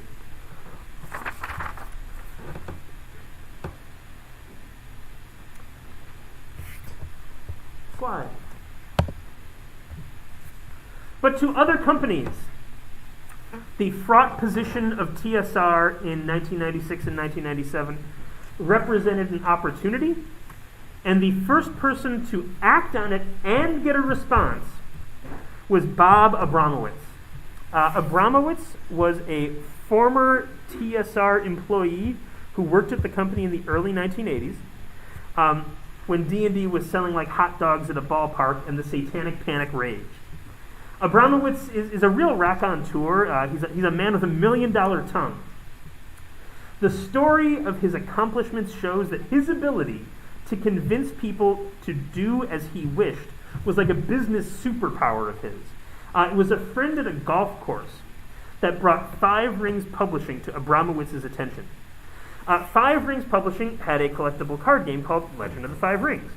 It was set in medieval fantasy Asia with mechanics significantly different from those of Magic the Gathering. The first printing of the game cost $163,000. The company tried to raise the money to print the game for most of 1995 but failed. To cover the costs, one partner put in $100,000 of his own money, and another's parents mortgaged their house to pay the rest. Now, Five Rings wanted to publish an expansion, Shadowlands, and more money was required. Intrigued by its promise, Abramowitz agreed to become the company's CEO. He went forth to raise money for the company. He recruited Scott Oakey, a multimillionaire who'd previously been a vice president at Microsoft, to join the Five Rings board of directors, and Abramowitz raised $750,000 from investors for Five Rings. Those funds allowed the company to begin licensing already existing properties. For example, with Abramowitz as CEO, Five Rings created a Star Trek dice game. They created a Dune collectible card game. The company's sales grew into the millions. The company went from grossing hundreds of thousands of dollars per year to millions, but it was still an insect compared to Wizards of the Coast. Despite this infusion of cash, and despite the increased gross sales, Five Rings still needed more money. Five Rings Vice President of Product Development, Ryan Dancy, said, quote, "We ran the company as a high-growth, high-risk vehicle. What we promised the investors when we that was what we promised the investors when we started it, and that was what Bob was there to do. We put every penny into developing new games and printing the existing games that we had. Our goal was to flood the market and then to expand. That was all expensive," end quote. Things were so tight at Five Rings that Abramowitz had personally guaranteed a $400,000 line of credit from the bank, and it was maxed out. Quote, "It was the one and only time I would ever do that," Abramowitz said. "We were getting close to the edge." By fall of 1996, Five Rings didn't have enough money to print new products. Furthermore, the company was spending more money than it was bringing in. A second round of fundraising was planned, this time to raise $10 million. The company hoped to use that money to become so large that it would threaten Wizards of the Coast, prompting them to purchase Five Rings, or to become so successful that Five Rings was financially viable, independent of infusions of cash from outside investors. Other than threatening their market share, was there anything else Five Rings Publishing could do to make Wizards of the Coast interested in publishing and interested in purchasing them? At the same time, rumors began to fly around the RPG industry that the old dragon of Lake Geneva was not well. TSR missed publishing deadlines for the first time in years, for example. And for those of you who were here for the last seminar, you would know that that would affect factoring, which is why it's shocking that it happened. As a toy industry executive, Abramowitz attended the American International Toy Fair in February of 1997 at the Javits Center in New York City. Abramowitz sought out the TSR booth and there finagled a meeting with Lorraine Williams. Abramowitz had heard TSR was going bankrupt. Could Five Rings swing a deal to buy the company and with it Dungeons & Dragons? He put that very question to Lorraine Williams, TSR CEO, in their first meeting together. Gnomically, Williams asked Abramowitz to return the following day to discuss the question again. In that second meeting, Williams agreed to let Abramowitz and a team come to Lake Geneva and begin due diligence for a possible sale of TSR. However, she did ask that when Abramowitz and his team arrived, they should keep a low profile. How would it look if word got out that another company was going to buy TSR? What would Williams say if an employee asked about it? A low profile was crucial to success. Come on, click. Why are you not clicking? Oh, too far. All right. In the teeth of a Wisconsin winter, Abramowitz, Dancy, and Richard Von Riesen, a financial advisor to one of the investors in Five Rings, traveled to cold and lonely Lake Geneva. They checked into a hotel downtown and ordered pizza. While waiting for it to bake, they wandered the empty downtown. What was the only store open in Lake Geneva on that desolate and frigid night? The Game Guild, the game store operated by Margaret Weiss. Abramowitz and Von Riesen ducked inside. There they found Ernie Gygax and Jeff Easley. Ernie Gygax, son of Gary Gygax. Jeff Easley, the iconic fantasy artist that worked at TSR. He was the highest paid creative at TSR when the company was bought by Wizards. The pair instantly recognized Abramowitz. They chatted for 10 minutes before going to get their pizza. Abramowitz knew Lorraine Williams would hear they'd been sighted in downtown Lake Geneva. They were supposed to keep a low profile, and their first night in town, they ran into a TSR employee and the son of the man who co-created Dungeons & Dragons. Was that it? Was the deal ruined before they even walked in TSR's front door? The next morning, the team went to TSR. Ryan Dancy later wrote, quote, "I found myself standing in the snow outside of 201 Sheridan Springs Road, staring at a building bearing a sign that said TSR Incorporated," end quote. Williams gave the Five Rings delegation a tour of the old Q-tip factory that served as TSR's headquarters. Did she already know they'd been sighted at the Game Guild? To anyone who asked, she said that Abramowitz and the rest of the Five Rings team was there exploring the possibility of another D&D collectible card game. Dancy wrote of the mood at TSR, quote, "In the halls that had produced the stuff of my childhood fantasies and had fired my imagination and ultimately become unalterably intertwined with my own sense of self, I found echoes, empty desks, and the terrible depression of lost purpose," end quote. The Five Rings team was given a swath of materials to explore the guts of TSR in the course of performing their due diligence. Dancy began to go through the documents, gazing on papers no one outside of TSR may have ever seen before. He saw the TSR corporate logbook, quote, "its first page penned in haste by Gary Gygax," end quote. He saw the smudged photocopies, wherein the idea for Dragonlance, a fantasy world explored in both novels and game products, was expounded. He saw, quote, "euphoric copyright filings for the books of his lost summers." He saw Gary Gygax's severance papers. He saw the Ed Greenwood contract for the sale of the Forgotten Realms. He sold the Forgotten Realms, by the way, for $5,000. Oh.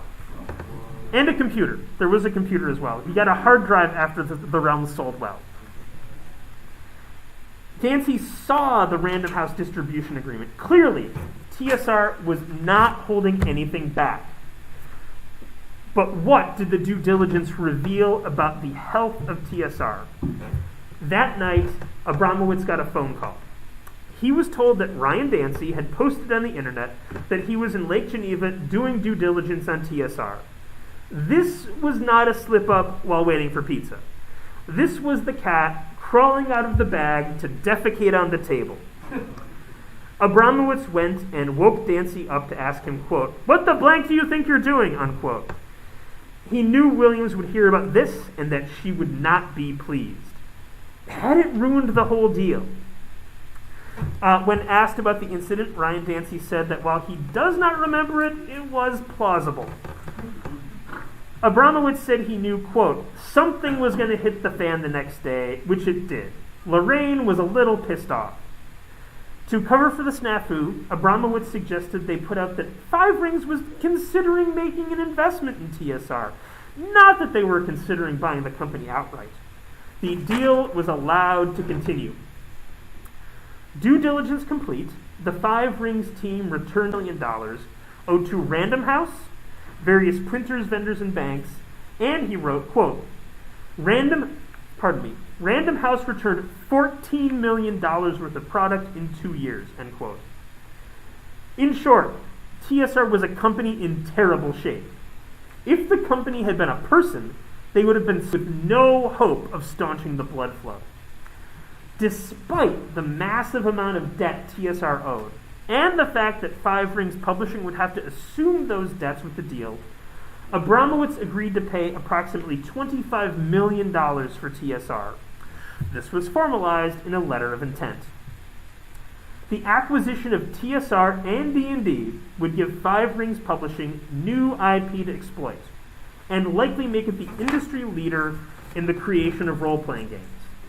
However, with the company line of credit already maxed out at $400,000, how would Five Rings be able to find the $25 million it would take to buy TSR?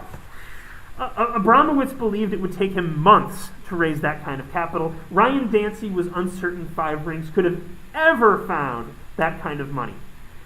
Furthermore, Wizards of the Coast was still looming over all with their domination of the collectible card game market. Why not sell TSR to Wizards as long as they were also willing to buy Five Rings along with it? Merging with the competition is one way to eliminate competition, right? And Wizards was clearly sitting on piles of cash. Bringing them to the deal would solve the problem of how to pay for TSR. Bob Abramowitz approached Peter Adkison, CEO of Wizards and current owner of Gen Con. The only man to ever buy Gen Con twice. Bob Abramowitz tells the story thusly.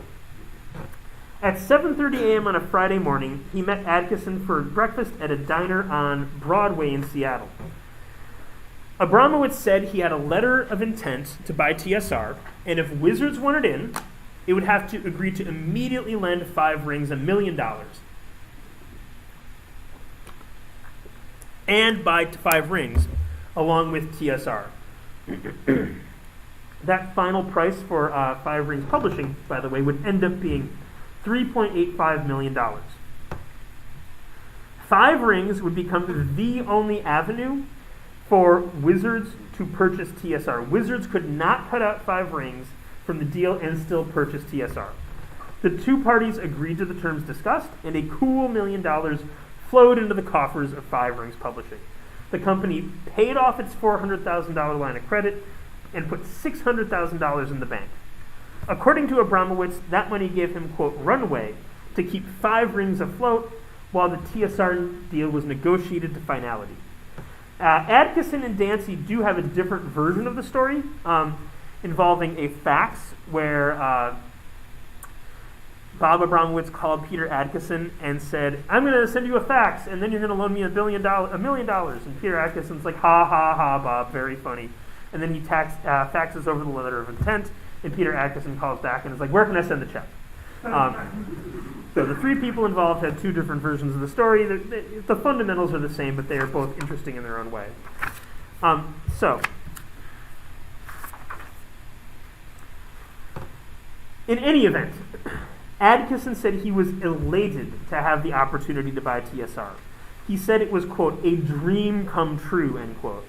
He was so excited about buying TSR, he was worried that his emotions would cloud his decision making and lead him to acquire TSR, damn the consequences, instead of doing what was right for Wizards of the Coast. The Wizards of the Coast Board of Directors had two major concerns about the possible purchase of TSR. One, management, and two, price. TSR was $30 million in debt by the company, and yes, Wizards would get D&D, but they would also be purchasing every red cent of that debt, which begged an obvious question. Why not just let TSR go bankrupt and then buy it? Adkisson countered by saying, quote, we want to buy TSR now before we lose momentum, before employees start leaving, and before intellectual property starts walking out the door, end quote. Now, my understanding is that Peter Adkisson did not know that TSR intellectual property had been used as collateral at the time. When I talked to him about it, he mostly talked about employees and retaining staff. But the logic there was really, really solid, and you could argue that this is a foundational decision to the existence of the role-playing game field today. Because again, if D&D existed in some wise and bizarre form where different people own different intellectual properties, who would even know what RPGs look like today? So even though his logic was different because he didn't know about the copyrights, clearly the right move that may have saved the industry for us today. The other concern that Wizards was that Wizards lacked management depth. So Adkisson hired his mentor from Boeing, where he used to work, a guy named Vince Colori, and he helped out. With Wizards on board and the future of Five Rings secure, Abramowitz and his lawyer had to fly back to Lake Geneva to tell Lorraine Williams he'd negotiated a deal to sell TSR to Wizards, a company she loathed. And I had many people tell me that Lorraine Williams just personally did not like Peter Adkisson before these negotiations. I had people tell me that she said that she didn't like what Adkisson did to the industry. But again, whenever I talk to Peter Adkisson about this, he's very polite. He's like, yeah, negotiating with her was not pleasant or unpleasant. She was very particular, and I tried to respect her. So, even though other people are like, oh yeah, she hated him, he does not give any fuel to those ideas. And so Five Rings basically brokered the deal. That's a good way of putting it, yeah. So basically, they kept things on the down low, whatever, but then get the state to basically come in from behind and just pull the rug out from underneath and make it all flow. So it's worth mentioning. People online, the question I'm getting is, so essentially Five Rings was kind of like a Trojan horse that set up this deal to allow Wizards to purchase TSR. There's one fact that I didn't put in the presentation because it just doesn't seem hugely important, but to your question it is. Peter Adkisson had already spoke to Lorraine Williams about purchasing TSR. I believe this happened at Gen Con 1996 in Milwaukee. He went to, he approached Lorraine Williams. He's like, hey, I hear you guys might be having kind of a rough time. Can I help out and purchase the company? And the answer he got was, no, it's fine. I don't want you to buy the company. And then Lorraine Williams sued him like the next day. That is not an exaggeration. So at Gen Con, as long as this happened in 1996, which I believe is the timeline that works, but Peter Adkisson does not remember what Gen Con he talked to her about buying TSR. So if it's not 1996, the timeline doesn't work. But I think it works. So Gen Con 1996, Wizards was talking about, had brought promotional materials for a video game they were making with Acclaim called The Planeswalkers War to Gen Con. Lorraine Williams or someone on the TSR staff had to see it Wednesday or Thursday because by Friday they had sued them in federal court. and they sued them for trademark infringement, saying that the Planeswalker War infringed on the copyright of the trade dress of the Planescape game line. Plus, TSR put out a book called The Planeswalker's Handbook. Now, the lawsuit is magnificently written and deeply passionate about the wrongs that Wizards of the Coast had done to TSR with this trade dress. And I asked Peter Adkison about it, and he's like, I have almost no memory of this. The TSR wanted $50,000, which, again, to Wizards at the time was nothing. Like, it's a fly speck. And this lawsuit was essentially resolved when Wizards bought TSR. But it is, if you want to think about the relationship between the two companies and between the CEOs, that juxtaposition of Peter Adkison being like, can I buy your company? And Lorraine Williams, again, whenever it happened at Gen Con, she had sued him within days of that request. Speaks to both probably some degree of animus. It speaks to how TSR operated, and again, just what a juggernaut Wizards was. That they didn't even really care. Like Peter Adkison set me up with the lawyer who would have dealt with the lawsuit at the time, and he barely remembered it. They were just like, okay, we're going to change the trade dress, and then Wizards bought TSR, and that was that. Does that answer your question? So yes, there's a reason they needed 5 rings to get in between them. All right. So Abramowitz is now flying to Lake Geneva to tell her that Peter Adkison is going to buy her company. He went to Lorraine Williams' office alone. He left his lawyer outside. He wanted to make sure that no other TSR people were present for the meeting. Whatever happened, Abramowitz did not want to cost Williams any face by having this conversation with even the smallest of audiences. Abramowitz recalled saying, quote, Lorraine, we want to live up to this deal, but some things have changed. You're not going to like what I'm about to say, but I want you to hear me out because I think it's the best solution for all 3 of us. And Lorraine Williams, according to Bob Abramowitz, said, the 3 of us, question mark? Abramowitz explained that Wizards of the Coast, and with it Peter Adkison, was taking over the deal to purchase TSR. Williams reminded Abramowitz that she did not like Peter Adkison. According to Abramowitz, she said, quote, she didn't like what he had done to the industry, end quote. His response was to remind Williams that this shouldn't be personal. Adkison had built a fine company around an amazing product. Abramowitz said that Wizards, quote, had the wherewithal to put Dungeons and Dragons back in the space it belonged, end quote. He also reminded her that she had employees depending on TSR for their livelihoods. Monty Cook and Sue Wineline had recently bought a house. It was a converted church. And if TSR goes south, what are you going to do with the converted church in Lake Geneva if you can't live there? If TSR perished, what would happen to the artists, writers, and editors that made the company go? Wizards had the resources to keep those who wanted to remain. Finally, Abramowitz reminded Williams that back in 1985, she saved TSR, and with it D&D, from bankruptcy. TSR had been lying in a shallow grave, waiting to be buried when she bought the company. She kept TSR on its feet, producing epic content for another 12 years. Abramowitz said, quote, Lorraine took on a very weak company that had a significant product line. She saved D&D. It was her legacy. Problem was, she wasn't growing the business, and they were bleeding. And she didn't have the ability to grow the business. It was time for her to move on, end quote. After an hour and a half in her office with Abramowitz, Williams came around. Abramowitz said that Williams was not happy, but she did ask if the deal could be completed in the next 50 days. Abramowitz told her that if the lawyers could crack and slap the contracts with all due speed, they could close the deal in 30 days, which would not happen, but that's what he said. After negotiating with Williams about purchasing her company for millions of dollars, and then informing her that he would be passing the deal on to a man she detested, Abramowitz said of his time with Williams that, quote, Lorraine was great. She was a very proud person with a huge family history. Personally, I enjoyed my time with her. Very professional, very smart, very proper.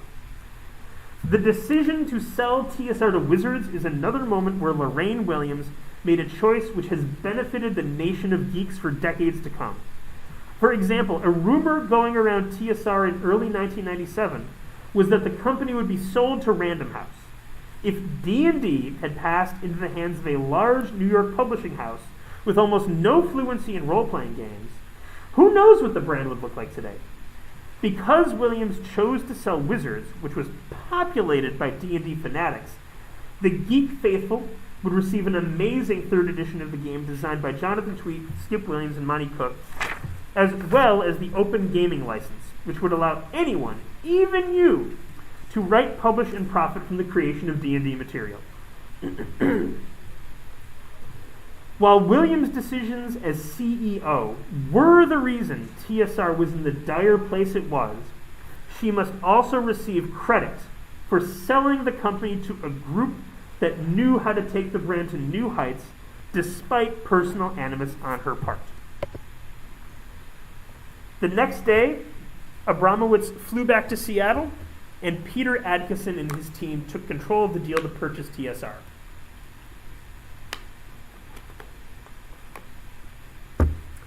Now, Adkison had to negotiate a new letter of intent with Lorraine Williams. Quote, and as is often the case, he recalled, letters of intent can take on a life of their own, end quote. Both he and Williams had things that they wanted, and the letter of intent began to look more like a draft of a deal to buy the company. One day, while negotiating with Williams, Adkison entered the TSR building, and a receptionist greeted him with a pall upon her face. She said, "Miss Williams needs to talk to you right away." Adkison thought, uh-oh, something's up. He was ushered into Williams' office and sat down. There, the CEO of TSR looked at him with an expression of all seriousness. She cut right to the chase. "Peter," she said, "I hope this doesn't kill the deal, but I cannot include Buck Rogers in the sale." Buck Rogers? Buck Rogers? Adkison had no interest in Buck Rogers. Almost nobody did. Lorraine's family owned the copyright and still does to Buck Rogers, pending a few lawsuits that I have not followed. But at the moment, as far as I know, her family still owns the Buck Rogers copyright. TSR had been putting out Buck Rogers material for years, and it always sold abysmally. If Williams' family hadn't owned that IP, it's difficult to imagine TSR would have ever sought out such a moldy, age-worn property. Telling Adkison he didn't have to buy Buck Rogers was like telling him he didn't have to eat a worm. But Adkison didn't let that show. He kept his business negotiation face on. Quote, "I feel like that was one of my best poker face moments," Adkison said later. He replied to her and said, "Well, of course that's going to affect the price." She nodded, quote, "And I think we got $500,000 knocked off the price, because Buck Rogers wasn't part of it," Adkison said. The due diligence period was a somewhat awkward time for Adkison. He was in the TSR offices for several days at a time, and people knew he was there and knew who he was, but he couldn't tell the TSR staff that he was working on buying the company and becoming their new boss. And even though these people were his nerd heroes, it wouldn't have been appropriate to hang out with the TSR staff after work. Instead, Adkison spent several evenings with Gary Gygax. The pair sat on Gygax's porch playing classic war games like Overlord and Battle of the Bulge, and they didn't talk TSR. Adkison didn't ask Gygax what he thought should be done with the third edition of D&D. Instead, they just hung out and played games. Quote, "It was a delight," Adkison said of those nights. In negotiations, Adkison described Lorraine Williams as focused on, quote, "decorum and process, which I tried my best to respect," end quote. He said there were tense discussions, but he doesn't remember them being, quote, "particularly pleasant or particularly unpleasant." And whatever animosity there was, by the end of this process, Lorraine Williams is literally going to throw a banquet at her house in honor of Peter Adkison. So whatever animosity there was, it may have just evaporated by the end of it. He is a very nice guy in person. So on Thursday, April 10th, 1997, Wizards of the Coast and TSR signed a letter of intent. That day, Wired magazine ran an article titled, quote, "Disaffected fans cheer D&D buyout." The coming purchase was now public, and Adkison could really get to know the company he was buying. His favorite memories of that time were meeting the TSR staff. These were the women and men who had discovered unknown worlds of delight, from the sands of Athos to the mists of Ravenloft. Adkison was not just a CEO acquiring a new company, he was also a D&D fan, gaining control over the game. Adkison said that after all the negotiation, and minusing Buck Rogers, that the final price of TSR was, quote, over $30 million, including the debt. The shareholders didn't get much, end quote. Again, according to the Five Rings Publishing due diligence, TSR was in about $30 million of debt. Adkison also said that Wizards had very little success negotiating down any of TSR's debts. With that selling price, did Lorraine Williams make any money in the sale of TSR? In October of 1985, Williams bought all of the Bloom family's TSR stock and exercised her option to buy 50 more shares for $300, allowing her to take control of TSR for $591,800. By the end of the year, Gary Gygax also sold her all of his own stock. Even with such a modest investment of her own capital in TSR, it appears she lost money on the purchase. Now, her salary and the payments TSR made to use Buck Rogers could have pushed Williams' time into the black, but all evidence indicates that running TSR was no great windfall for Lorraine Williams. On the other side of things, the purchase of TSR didn't even stretch Wizards' bank account.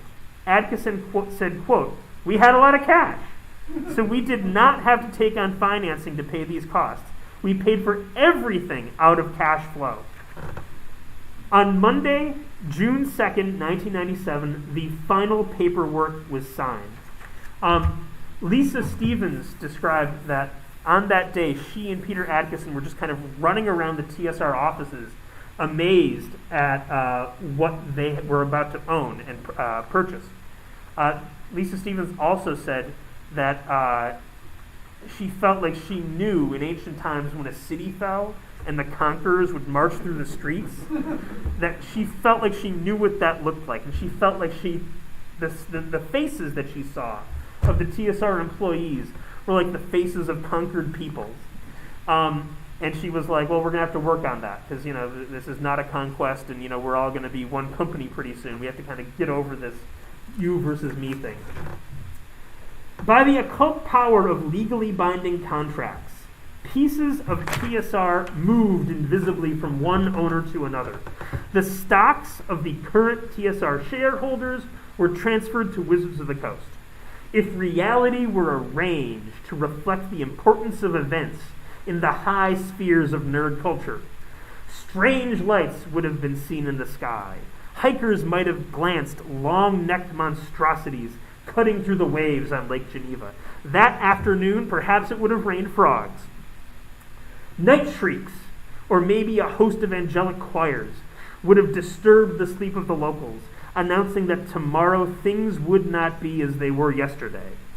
Possession of those stocks gave Wizards control of TSR. The company that began the role-playing game industry was now owned by the company that began the collectible card game industry. And the next decades of D&D's history turned on the deal. Tuesday morning, June 3rd, 1997, Lorraine Williams met Peter Adkison in the driveway of the TSR headquarters on Sheridan Springs Road to give him the keys to the company. For Lorraine Williams, it was the end of her 12 years at the company, a company she had once saved, then mismanaged, then saved again by selling it to Wizards and Adkison. despite perhaps her personal dislikes. The last CEO of TSR left Lake Geneva that day, never to return to the city ever bearing that title again. For her, it was an ending. Perhaps it felt like a defeat. Peter Adkison held the keys to TSR in his hands, but he did not enter the building. The refurbished Q-tip factory shone in the morning, corporate and bright. It was all too much. The keys, the building, TSR, D&D in his hands. Adkison returned to his car and sat down. He says he began to cry. He said, quote, "It was a moment of surreality, a moment of ecstasy, a moment of fear. Waves of emotion rolled over him. He, Peter Adkison, who spent his summers on the farm with horses and cattle, who went to Walla Walla College, had just bought a company. It sounded so elitist. He didn't envision himself as the kind of man who bought businesses, and now he's done it several times. He was Peter, and he was only 35 years old. The people in the TSR headquarters were the brilliant minds who had created, run, and grown D&D for decades. Now he was in charge of them, and he felt intimidated and unsure. But at the same time, he was excited. He held TSR in his hands like he held the keys to the building. It was unbelievably cool. Man, Adkison thought, I better not fuck this up. Wizards employee Lisa Stevens, now publisher emeritus at Paizo, was also there that morning. She said that her emotions were much less complicated. She described walking into TSR that day as, quote, triumphant. It was like buying your childhood. Adkison collected his nerves in his car and went inside. There, the receptionist stood as he entered, a ball of nerves herself, meeting the new boss. The receptionist asked him, "What do you want to do first?" Adkison replied, "Let's have an all-hands meeting." She responded, "What's that?" Adkison said, "You know, a meeting with all the employees." She said, "We've never had one of those before." Adkison was stunned. All-hands meetings were held monthly at Wizards. He said, quote, "To me it was just an integral part of creating a unified spirit and mission." The reception asked him, "Where should we have it?" He replied, "You know the building better than I do. Pick a place." The remnants of the TSR staff gathered before him, the people who had not been driven away from the company or been fired in cost-cutting efforts. Steve Winter, Dale Donovan, Sue Wineline, Monty Cook, Bruce Cordell, Skip Williams, and Bill Connors were all there. Peter Adkison felt nervous standing before the assembled TSR staff. He said, quote, "And I have no idea what I said, really, other than welcome and some encouraging words," end quote. The TSR staff had a plethora of reactions and recollections of the meeting. Some were worried. Some thought Adkison's comments were nebulous, but a purchase by TSR, by WotC, was a positive path forward. Some remembered him sticking up for Lorraine Williams, saying he didn't want to hear anyone bad-talking her. Sue Wineline remembered worrying about the company moving to Seattle because she and Monty Cook had just bought a house. But the one thing everyone I interviewed about this meeting recalled with clarity was the song that Peter Adkison made them sing. Since fear and uncertainty pervaded the room, and he himself was nervous, Adkison decided to have the TSR staff sing the Wizards of the Coast company song.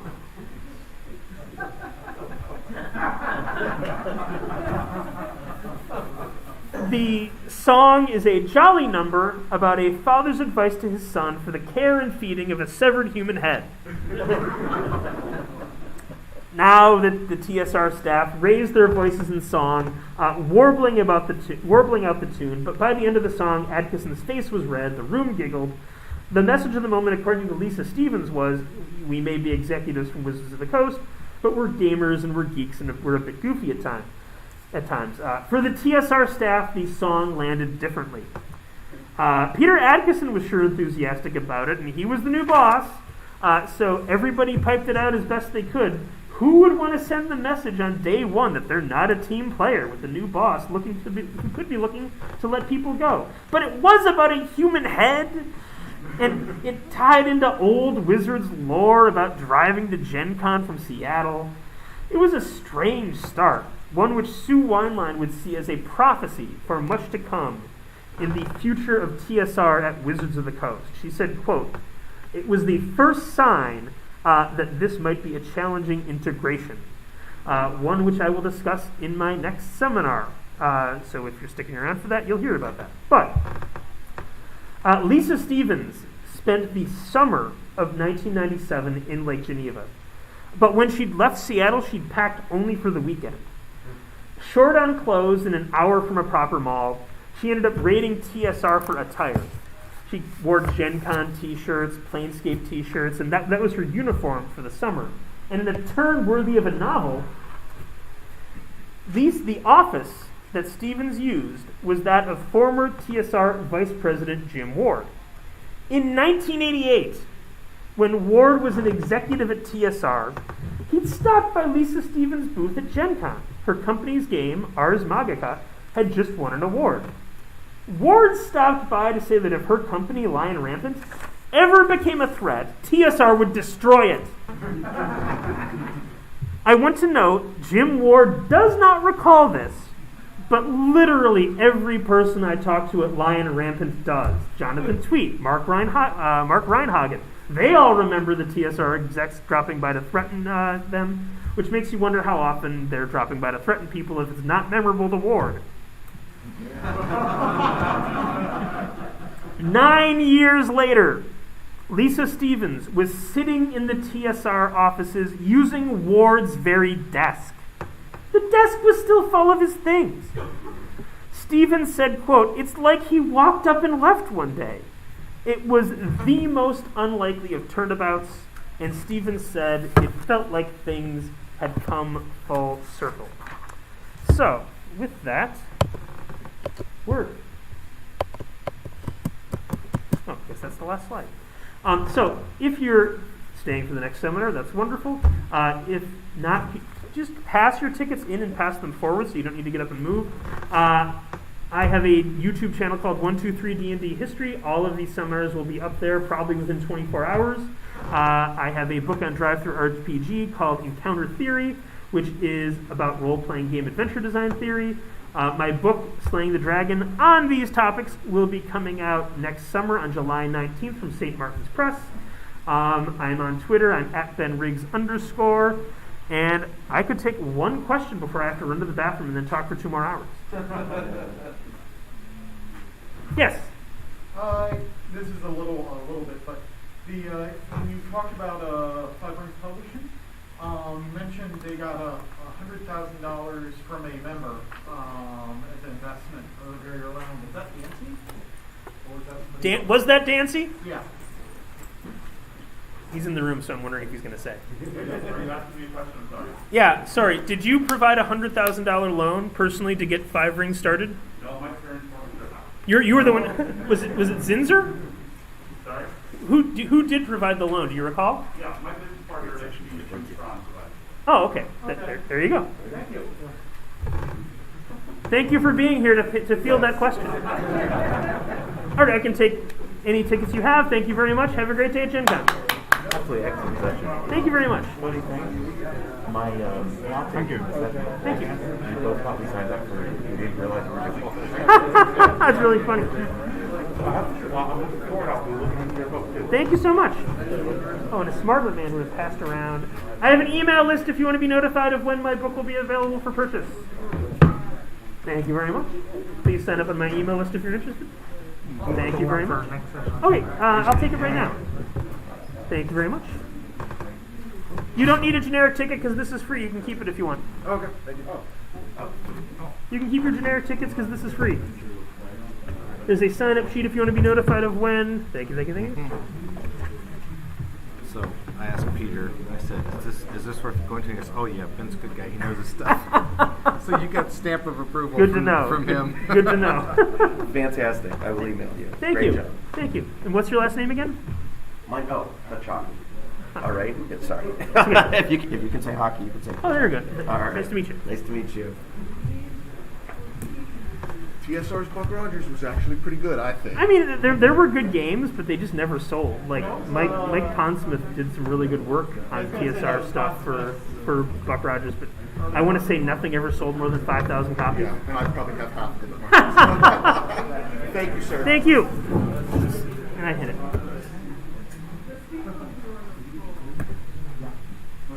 Can you grab my things? I'll make sure audio still sounds good.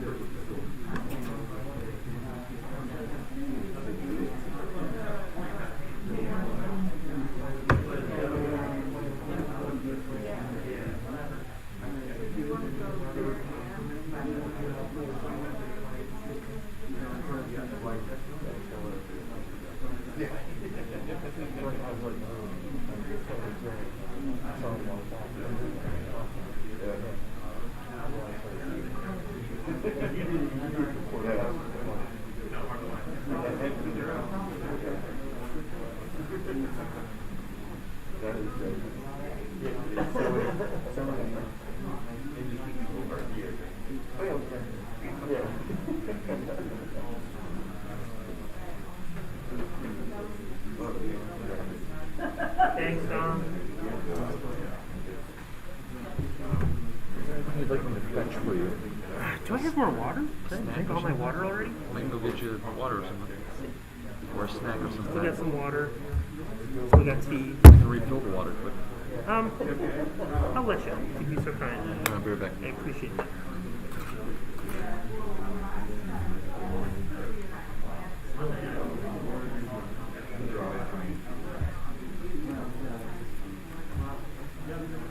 Time.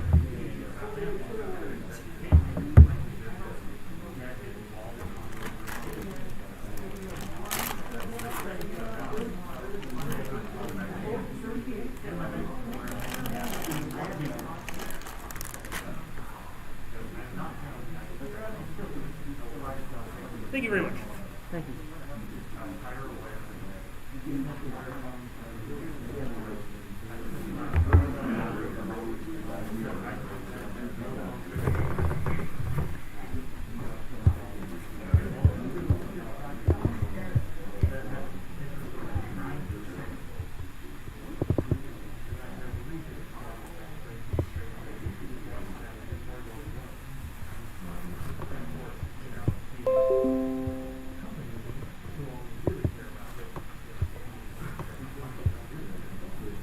Right.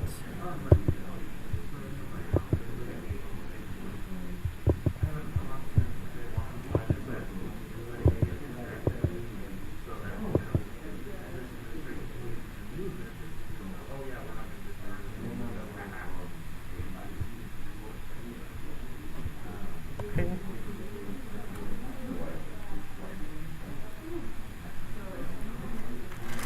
Thank you, Don. Snack or anything you can use? You're there, I'm gonna keep eating these and regret that I didn't eat a sandwich.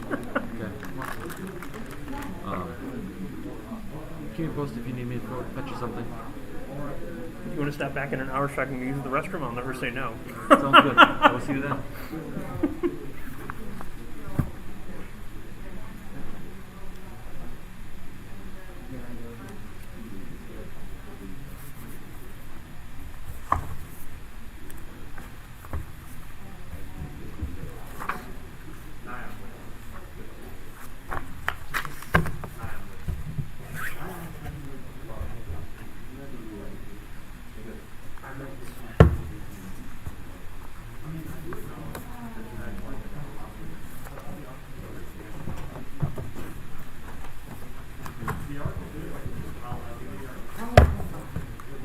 I am going to start talking. I know it's a little early, so people might filter in. So, just out of curiosity, so raise your hand if you've already listened to me talk for at least an hour. Okay, so almost everyone. So just very quickly, for those of you who might not have heard me talk for at least an hour before, this is hour 3 of me talking for 4 hours in a row at Gen Con.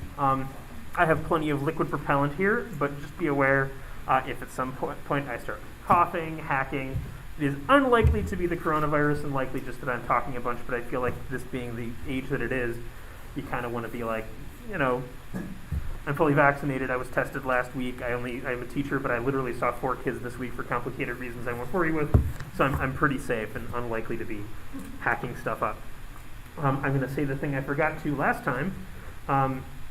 Actually, I've had so much repeat business. Raise your hand if I should pass around my email list so I can notify you when my book is available for purchase. You might have all signed it already. All right, I don't need to pass that around. And then housekeeping, I believe, is taken care of.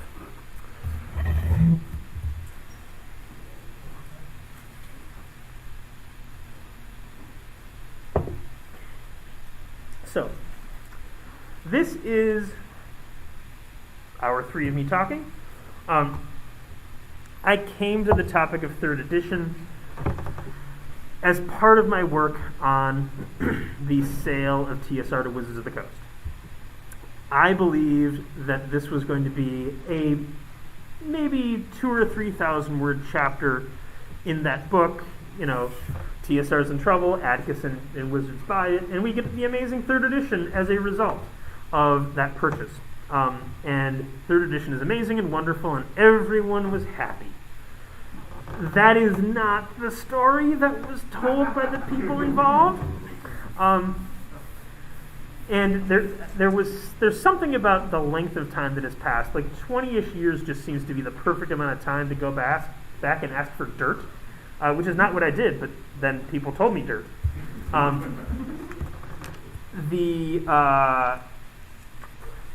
This seminar is that story, the story of the creation of 3rd edition, with all the warts, all the problems, all the conflicts, and the core issue with the creation of 3rd edition is going to be the integration of the TSR staff at Wizards. Now, 3rd edition is going to go on to be a marvelous success because of brilliant game design and paired with brilliant business strategy. But man, people really came out and kind of told me the truth about it when I interviewed them, which is not what I was expecting, but great to hear. And again, these are the two things that this presentation is really going to cover. That we have a brilliant design paired with an aggressive, brilliant business strategy. I should mention, this is the first and only seminar I'm giving today that is not at all covered in my book, because I just had to end my book in 1997 in summer, and this is really going to go through the year 2000. So if you're interested in hearing this again, it'll be on YouTube, and I have it on my podcast as well. So, the first attempt to put together a 3rd edition of Dungeons & Dragons began, Skip Williams said, the day after 2nd edition was released. Skip Williams was the sage of the Sage Advice column in Dragon Magazine, and he had fans writing him about house rules for 2nd edition Dungeons & Dragons almost instantaneously. While TSR was not printing products in 1997, Williams and D&D head Steve Winter took the opportunity to start having meetings on a 3rd edition. Those efforts were consolidated into a white paper that passed on to the final 3rd edition team. After the purchase of TSR, Wizards Adkison CEO, who was a huge D&D fan, when he was at Walla Walla College during the Satanic Panic, which Walla Walla College is a Seventh-day Adventist school, Adkison was reported to the head of the school as the ringleader of D&D activity on campus. He was hauled into the principal's office and told that he could not have any D&D games on the premises of Walla Walla College, so he just had him in his mom's basement instead. Even though his mom is a Seventh-day Adventist and he grew up a Seventh-day Adventist, his mom he said his mom had much more realistic concerns about what her college-age son would be doing on Saturday night than playing Dungeons & Dragons. So, being a huge D&D fan, he wanted his hand on the till of 3rd edition. He told D&D R&D head Bill Slavisek and D&D brand manager Ryan Dancy. Ryan Dancy is now moving from AEG over to Wizards of the Coast, and he's brand manager. Adkison said that the 3rd edition team was going to report directly to Adkison on design matters, which is, of course, really unusual. It was Bill Slavisek, however, who would choose the actual 3rd edition team. He said that anyone who was interested in being on the team should email him with ideas about how to develop the game. Out of this process, an initial 3rd edition team emerged of Monty Cook, Rich Baker, and Skip Williams. They would have the sacred but dangerous task of adapting, editing, and even rewriting the divine texts of Dungeons & Dragons for the 21st century. Succeed, and they would be remembered forever. Fail, and they would be reviled. Baker described them as the rising stars of the game department. This is January 1998. When Cook saw the composition of the 3rd edition team, he saw himself as the fresh blood, Skip Williams being the author of Sage Advice, and Rich Baker being the mastermind behind the Player's Option line of books at TSR. They were the knowledgeable elders of D&D. Cook thought it was going to be his job to just propose outlandish ideas to take D&D as far as the game could go. Upon hearing Cook's freaky ideas for the game, he imagined Baker and Williams would harumph and tut-tut and scold him with reminders of the years of D&D history that came before and the respect he must have for the holy game. Cook said that on day 2 of the 3rd edition design process, he began to toss out ideas that he thought might shock and appall. Why not, he suggested, bring back the half-orc and the assassin? But Baker and Williams did not play the role Cook had assigned to them. Rather than tut-tutting and harumphing, he said they replied with, "Great, sounds good." For Monty Cook, that was a moment of realization. There was no longer any guard or barrier between him and the holy game.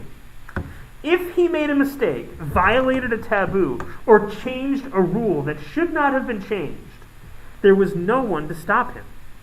The full weight of the decisions he would have to make in creating the 3rd edition of Dungeons & Dragons fell upon him. Cook said that was the moment he knew, quote, "I don't have a safety net here," end quote. Peter Adkison was involved in the design process at this point, but he was also tremendously busy running Wizards of the Coast. One of the instructions Adkison gave the team was to make D&D the best game it could be. Wizards might lose some old D&D players, but they would have a better game, which positioned them for future growth. This guidance led the team to decide that if a rule change would improve the game, the design team would make that change. I would change that rule. By the way, this is vastly different from what happened in the design process for 2nd edition, where Lorraine Williams and management were really concerned about changing the game too much and just making everything in the warehouse out of date instantly. And they thought no one would run it, sales would collapse, so they were really like, okay, don't go too far with 2nd edition. To shepherd them along the true path, Adkison met with the design team on the regular. During long meetings, they would hash out the rules, preparing the ground for the construction of the new edition. They went back and forth about what would change and what would stay the same. Skip Williams said that in these meetings, the team and Adkison were cutting the raw lumber for the new edition of the game. It was a return to the ways of old, when D&D creator Gary Gygax was in charge of both the company and the game. The decision to make D&D the best game it could be prompted a new question. If the 3rd edition team was going to make any change to make the game better, at what point does the game they are creating cease to be D&D and become something else? To stop the team. Can you go into detail what they meant by best or better? Like where were they aiming? No. the question was, what did Adkison mean by best or better? And I would tell you that I can give you some I can give you a concrete example. Raise your hand if you've ever tried to run initiative in 1st edition Dungeons & Dragons. Keep your hand up if you felt like you did it exactly the way Gygax wanted you to. Yeah, one hand has remained up. So, initiative is a great example of a way they made changes that they thought were best. So 1st edition AD&D's initiative is a dog's breakfast. It is a true mess. And let me finish his really quick. 2nd edition made some changes, but as I mentioned, Skip Williams and Rich Baker were responsible for the player's option line of books, which introduced a different initiative system, a phase initiative system, where you had speed factors and spell times, and like you had faster things going first. And Rich Baker and Skip Williams were like, let's do that. We did it in player's option. People seem to like it. Let's do that. And I'm jumping ahead a little bit here, but Jonathan Tweed is going to be on the design team. And he's like, no, phase initiative is terrible. It slows everything down. Just make a single roll with a d20, add a modifier to it, boom, initiative is done. And every 3rd edition designer I talked to vividly remembers the argument over initiative.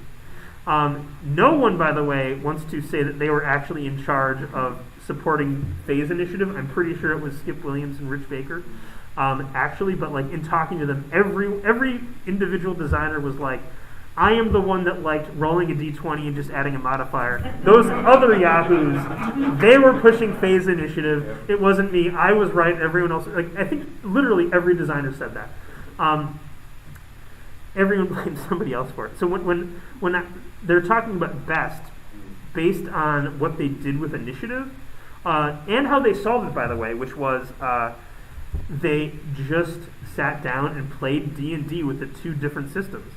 And after a few hours of figuring out, wow, just rolling a d20 and adding something to it, like rolling a d20 is fun, combat is fun, combat moving faster is better, that's how they settled on it. So A, it simplifies things.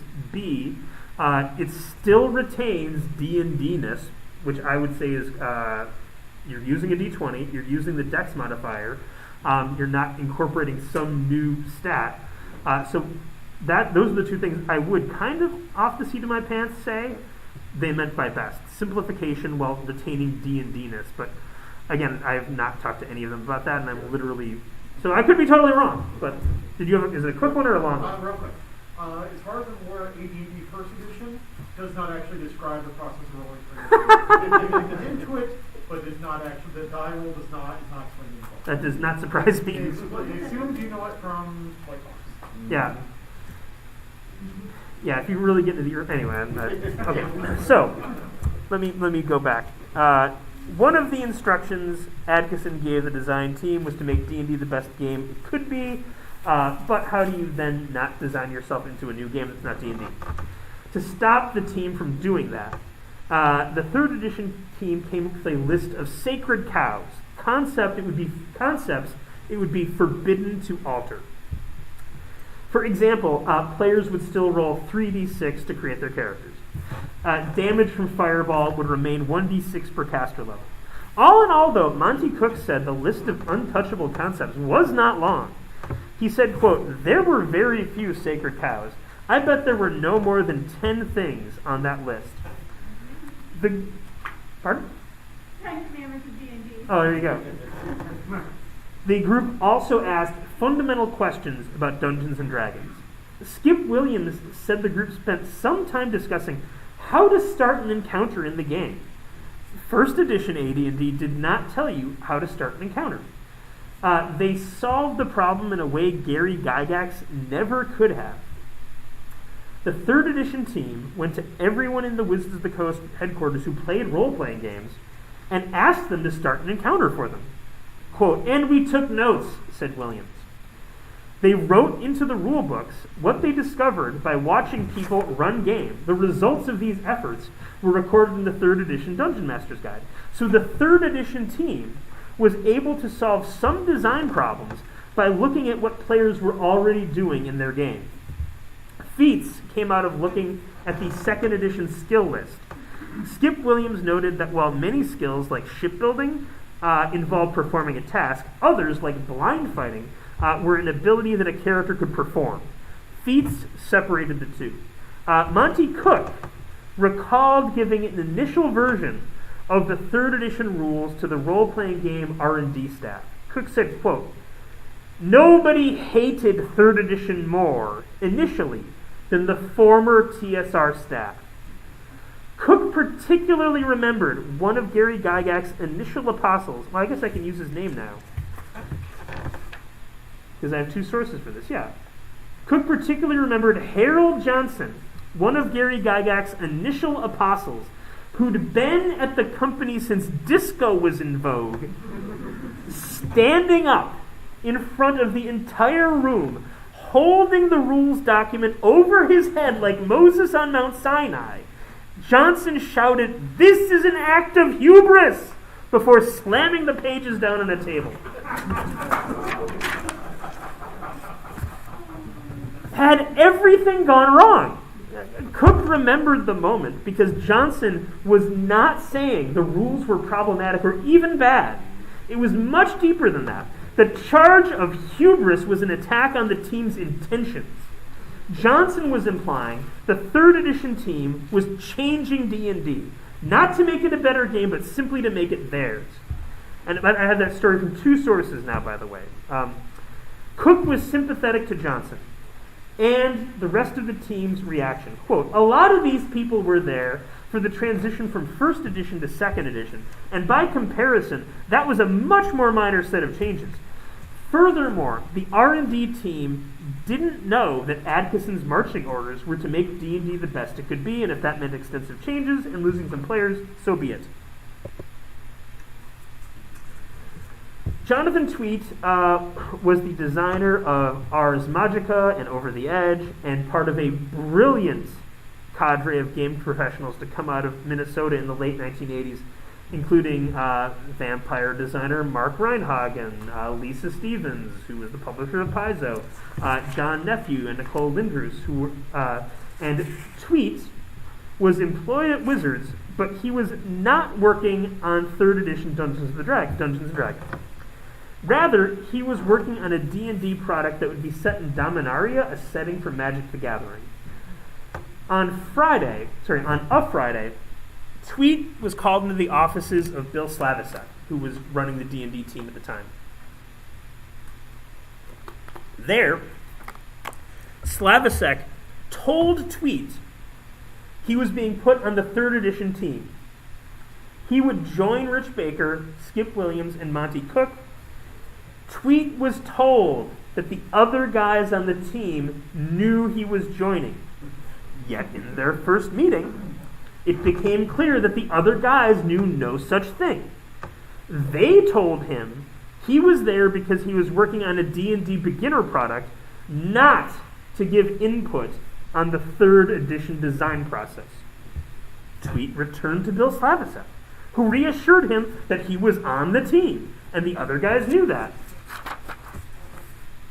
Then, the next time the 3rd edition team met, it again seemed the other guys knew no such thing. For a week, Tweet was pulled back and forth on the matter before it was made clear to everyone that he was indeed a full and equal member of the D&D 3rd edition team. To Tweet, all this jerking around could only be interpreted in one way. He was an outsider and he was unwelcome. Tweet wasn't TSR. Tweet was some indie designer who made his own games. Because he couldn't hack it as a designer, he had to start selling mutual funds at one point. It was a failure, a sign that Tweet was not one of the elect. He never worked at the old Q-tip factory in Lake Geneva. Or so this all seemed to Tweet, who said at first, quote, "The other guys did not want me on the team. I'd imagine it seemed like a blow. I was an outsider working on this plum project," end quote. Now, no one ever said that to Tweet, but how else was he supposed to interpret the confusion about his role in the team? Bill Slavicsek admitted there were communication issues. I will not deny that. Some of them probably resulted from me, end quote. According to Skip Williams, Tweet was initially seen as, quote, Peter Adkison's eyes and ears in the group, end quote. That perception was, quote, hanging over him for at least a while. An instructive dispute in the creation of the 3rd edition of Dungeons & Dragons involved the use of templated text in the game. Now, templated text means that if a spell in D&D does 1d4 damage, it should be described using the same language as another spell if it also does 1d4 damage. It arose from the wizard team's experience with magic. Now, templating of text was to be applied to Dungeons & Dragons. Scaff Elias was a longtime Wizards employee and friend of Peter Adkison. His title at the time was, quote, Senior Vice President of Research and Development, unquote. Scaff said that the 3rd edition of D&D would be an opportunity to address, quote, sloppiness in the rules of Dungeons & Dragons, end quote. First thing, the 3rd edition team would be brought up to speed on Wizards' use of templated text in game design. 3rd edition designer Skip Williams protested. He said he was already using templated text and that the class was unnecessary, perhaps even a waste of time. The Wizards higher-ups said, okay, we're going to listen to you, Skip. You don't need to take the class, we're going to cancel it. Then work began to emerge from the 3rd edition team. Work which Scaff Elias said, quote, would not have passed muster for card side R&D, end quote. Which is essentially saying, you guys aren't designing as good as we're designing. Since the attempt to train the 3rd edition team in the use of templated text had gone nowhere, Peter Adkison and Scaff Elias decided to do it themselves. They would revise the entire D&D spellbook so that the next playtest document to go out would include templated text. Scaff Elias said that when this decision was presented to the 3rd edition team, Adkison and Elias were told, quote, "It's too late," end quote. Adkison said, I'm the boss, I'm the CEO here. Like, if I'm setting the deadlines, it's weird that anything could be considered too late. At which point, the 3rd edition team says, okay, fine. But there's a catch. The next playtest document is going out in 2 days. So we would have to revise the entire spellbook of D&D in 2 days to get it in the playtest document. And who has the time? The D&D spellbook is voluminous.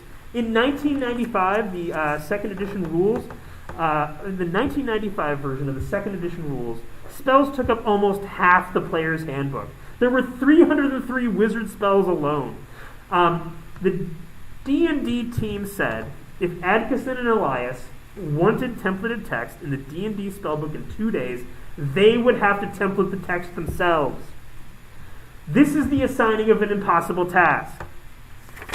But Adkison and Elias rose to the challenge.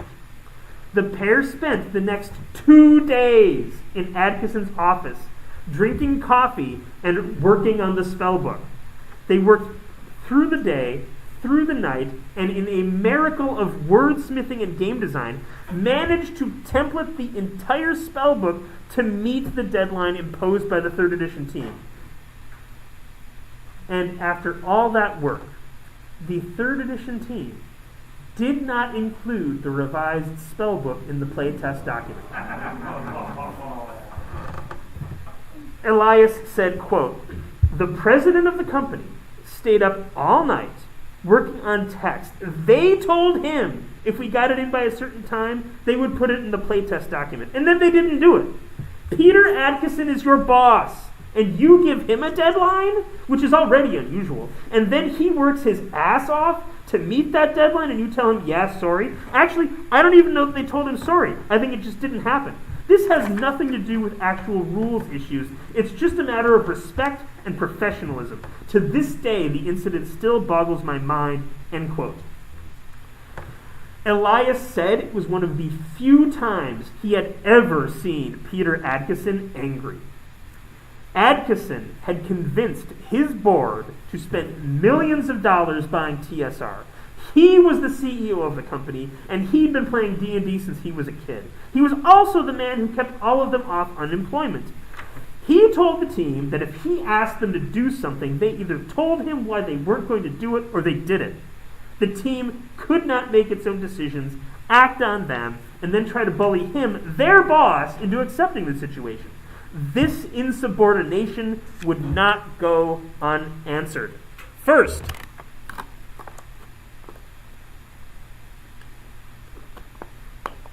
Peter Adkison put himself in charge of the team. However, Hasbro was also at this time extremely interested in purchasing Wizards of the Coast. He could not both manage those negotiations and run the D&D 3rd edition team. So, as a consequence, Jonathan Tweet was elevated to the position of lead designer on 3rd edition. Cook quoted Adkison as saying to the team, "If Jonathan says something, it's as though I said it," end quote. Monty Cook said it was kind of heavy-handed now that I think about it, but to his credit, Jonathan didn't abuse that. Monty Cook saw the dynamic he initially expected between himself, Williams, and Baker pop into existence between Williams, Baker, and Tweet. Jonathan Tweet was, for certain, the crazy idea guy. Monty Cook said a pattern emerged. Tweet would propose a change to D&D. Cook would mull it over and declare it interesting, but say he was ultimately unsure about whether or not it should be included. Meanwhile, Cook said, quote, "Skip Williams and Rich Baker wouldn't like it," end quote. It would then fall to Tweet to convince the rest of the team of the value of his ideas. Cook pointed out that since Tweet was the lead designer, He could have operated entirely by fiat, but that wasn't the way Tweet worked. He took the time to bring the other members of the design team around to his point of view. Cook said, quote, "I think it was a great way to run a team." So that is all going on just the game design side. We are now going to turn and look at the business side of things with 3rd edition. Ryan Dancy, who has, I think, left the back row finally. Ryan Dancy, when he was a kid, he played a ton of Dungeons & Dragons. And when the perennial and inevitable adult question sprang up, what do you want to be when you grow up? D&D gave Ryan Dancy his answer. He said, quote, "I want to grow up and publish Dungeons & Dragons." Not design, mind you, but publish. Ryan Dancy said, quote, "And I am one of the only people you will ever talk to who ever got to do what they wanted to do when they were 12 years old," end quote. In January of 1999, Dancy was given the incredibly impressive sounding title of Vice President of Tabletop Role-Playing Games and Dungeons & Dragons Brand Manager. Everything at Wizards that had to do with role-playing games or D&D was now under Dancy's umbrella, and yet he had very little direct control over all these products. Early on in his tenure as brand manager, Dancy was brought to a meeting with Peter Adkison, Bill Slavicsek, some financial analysts, and Vince Colori. Colori had been Peter's boss at Boeing, and he'd been hired by Wizards because, according to Dancy, the company needed, quote, "a tough disciplinarian who could tell a bunch of creative people to stop doing the crazy stuff they did," end quote. The group had assembled to report on the current state of D&D in the marketplace, and the report was grim as bare bones. By the mid-1990s, TSR's sales had collapsed. Now that D&D was being run by Wizards, sales had not improved. Dancy said that at the time, D&D's, quote, "sales were in free fall." Effectively, you could look at the business and ask, why did Wizards pay $1 for this? Much less the tens of millions they actually did pay. As brand manager, the sinking ship of D&D was Dancy's disaster now. He remembered Vince Colori turning to speak with him at the meeting's end. Dancy can't recall Colori's exact words, but he paraphrased Colori's message as this, quote, "Dancy, do whatever you have to do, but don't fuck it up and don't lose any more money." D&D had already dragged TSR into the black deeps. Wizards would not let the same thing happen to it. If D&D was going to survive as an institution, it was up to Dancy to fix it. Just like the 3rd edition team had to revivify the game for the 21st century, Dancy faced the same challenge, but on the business end. In some ways, Dancy's challenge was even more daunting. First, he asked, how do we stop losing money? That's the lowest of the low-hanging fruit.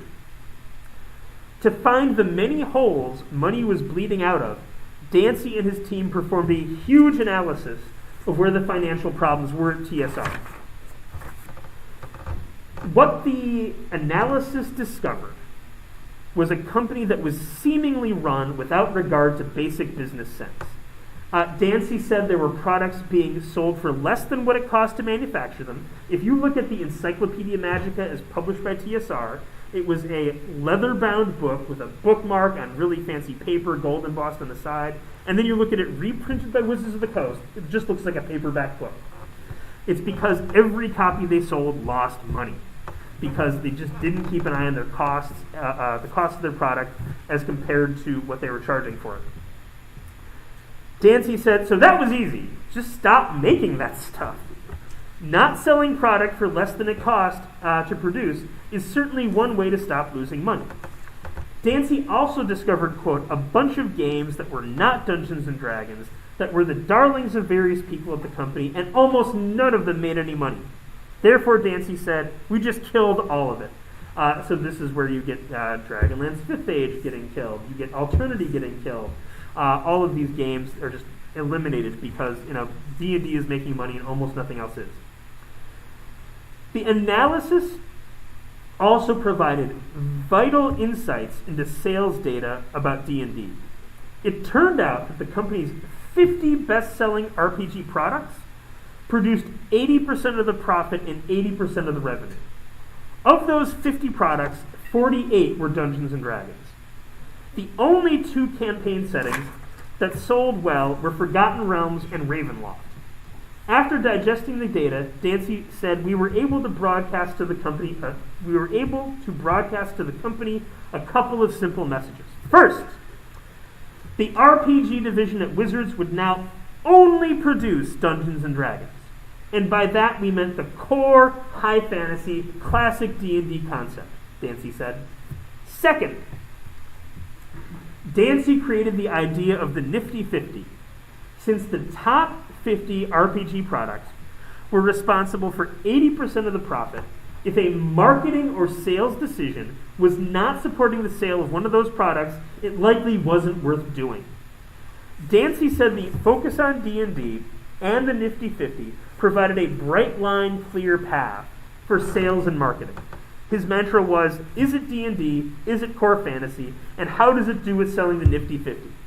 Using the Nifty 50 as a marketing and sales strategy had bought the company time and space to figure out its next move, which would be 3rd edition. Dancy noticed that the 3rd edition team had, after all the drama, settled into a fruitful dynamic. Since 3rd edition was looking good, Dancy said that 3rd edition became the plan. It was, quote, the solution to the problem of the dirty diaper we got with the purchase of TSR. We're going to use 3rd edition and all the power of Wizards of the Coast to rebuild the tabletop role-playing game business and have a renaissance of Dungeons & Dragons. That's the answer. That's how we're going to make this company make money off its investment in TSR. After the 3rd edition team could feel the ground under their feet, they began what was at the time the largest organized playtest of a role-playing game ever. Headed by Kim Mohan, over 1,000 dungeon masters began running 3rd edition D&D with their home groups and reporting back to Wizards of the Coast with their feedback on the game. Playtesters were asked what they thought of individual rules. Playtesters could grade rules on a 5-point scale, with an absolutely amazing rule garnering a 5, and something worse than Monopoly earning a 1.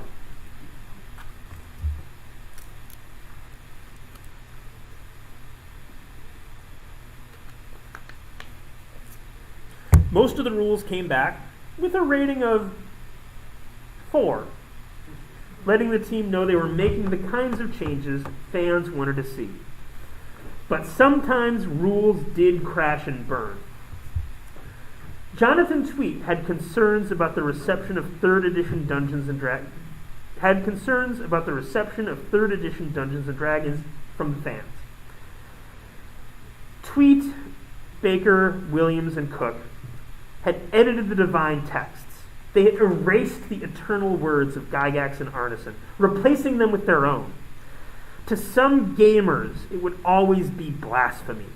Tweet anticipated that they might lose up to 10% of the D&D core audience when 3rd edition rolled out.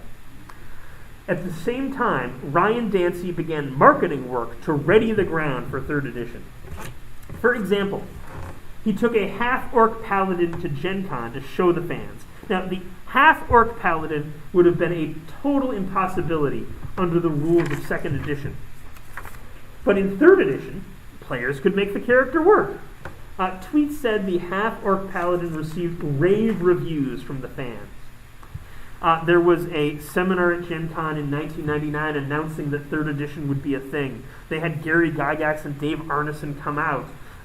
They set it up like Dave Letterman's set and like had Peter Atkinson interviewing people about how awesome 3rd edition is going to be. They had a t-shirt which had checks of all the awesome things you could do in 3rd edition. And Dancy's efforts to prepare the ground for D&D 3rd edition were effective. According to Tweet, quote, by telling everybody ahead of time what the new game was going to be like, by the time it came out, it was familiar and the fans wanted it. Instead of 3rd edition shrinking the world of D&D, it expanded it. Now, another key decision to the success of 3rd edition D&D was the creation of the Open Gaming License. Nope, that's too far. There we go. Inspired by the success of the open source movement in computing, SCAF Elias had a big idea. What if other companies could use D&D to make their games? Now, the idea passed to Ryan Dancy, who really embraced it. Dancy was attracted to the idea of opening up the D&D system and letting others use it because role-playing games had network externality. Now, Ryan Dancy asks us, consider the telephone. If you were the only person on the planet with a telephone, it would be a totally useless object.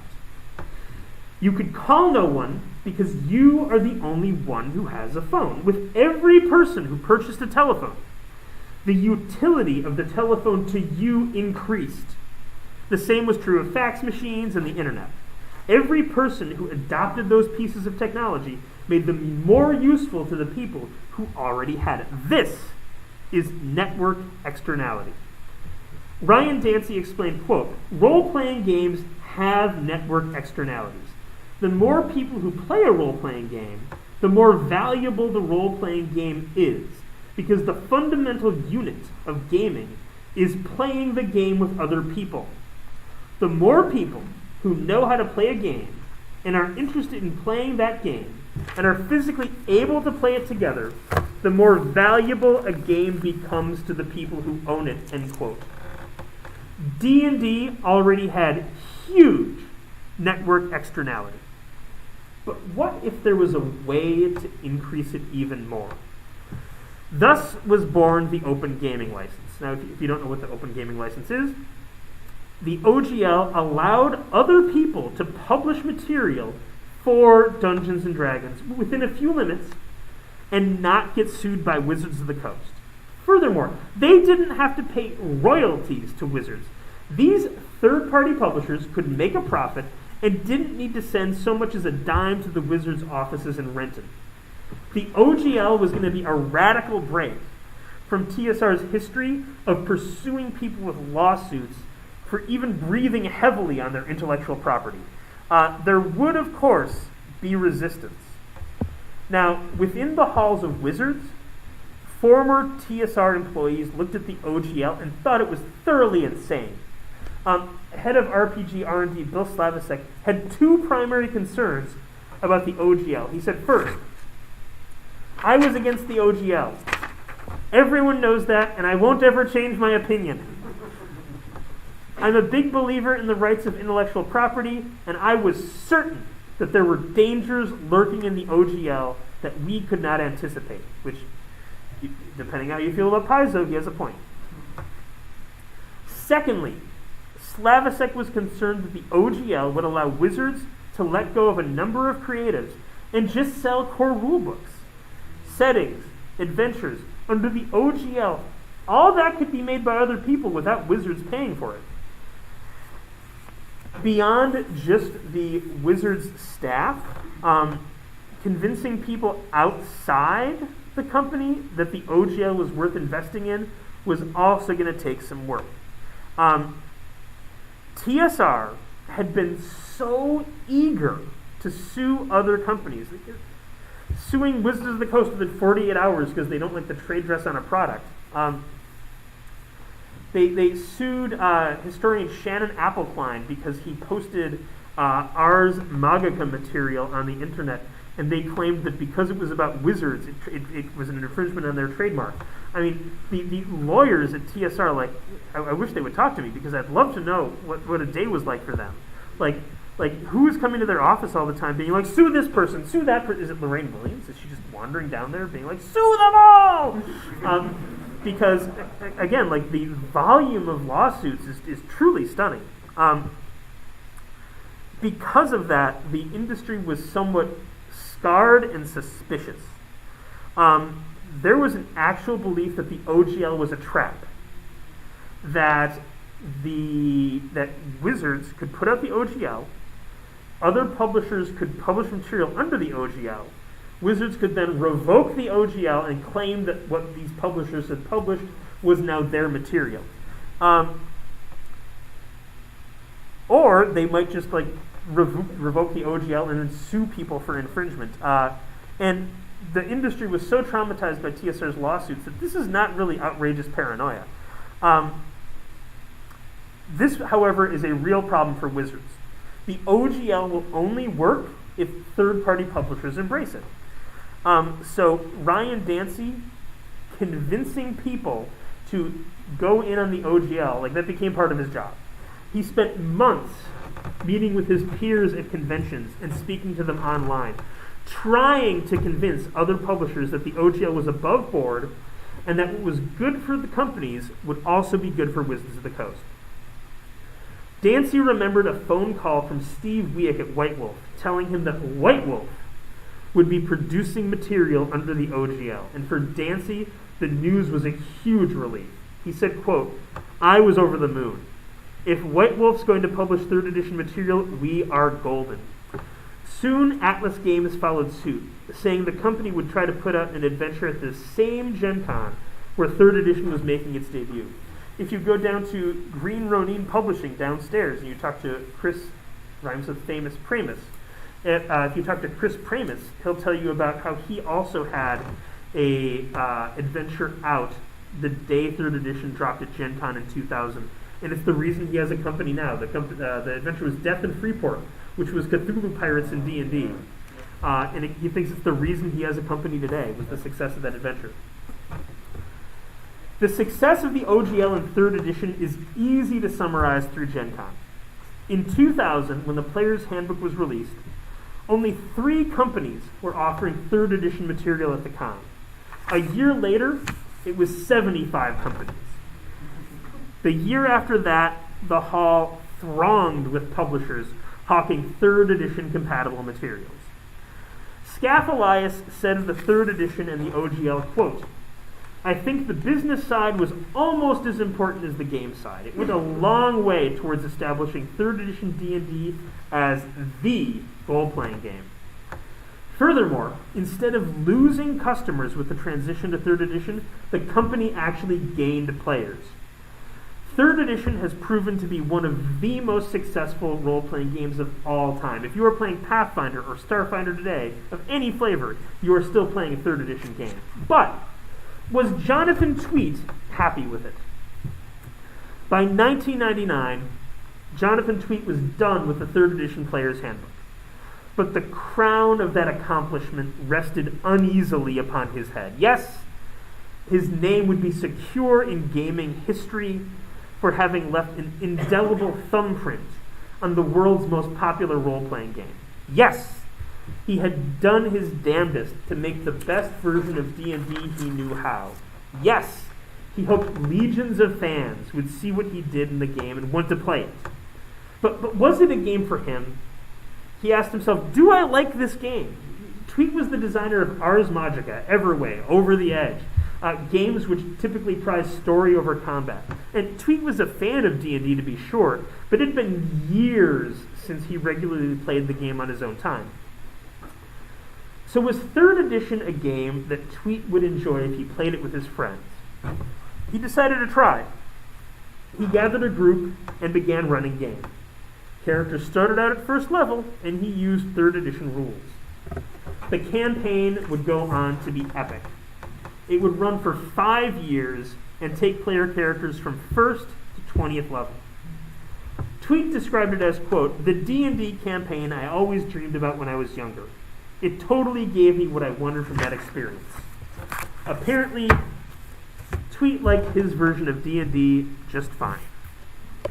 And to rapidly repeat the thing that many of you have possibly memorized by now, I have a channel on YouTube where this will be. It's 123 D&D History.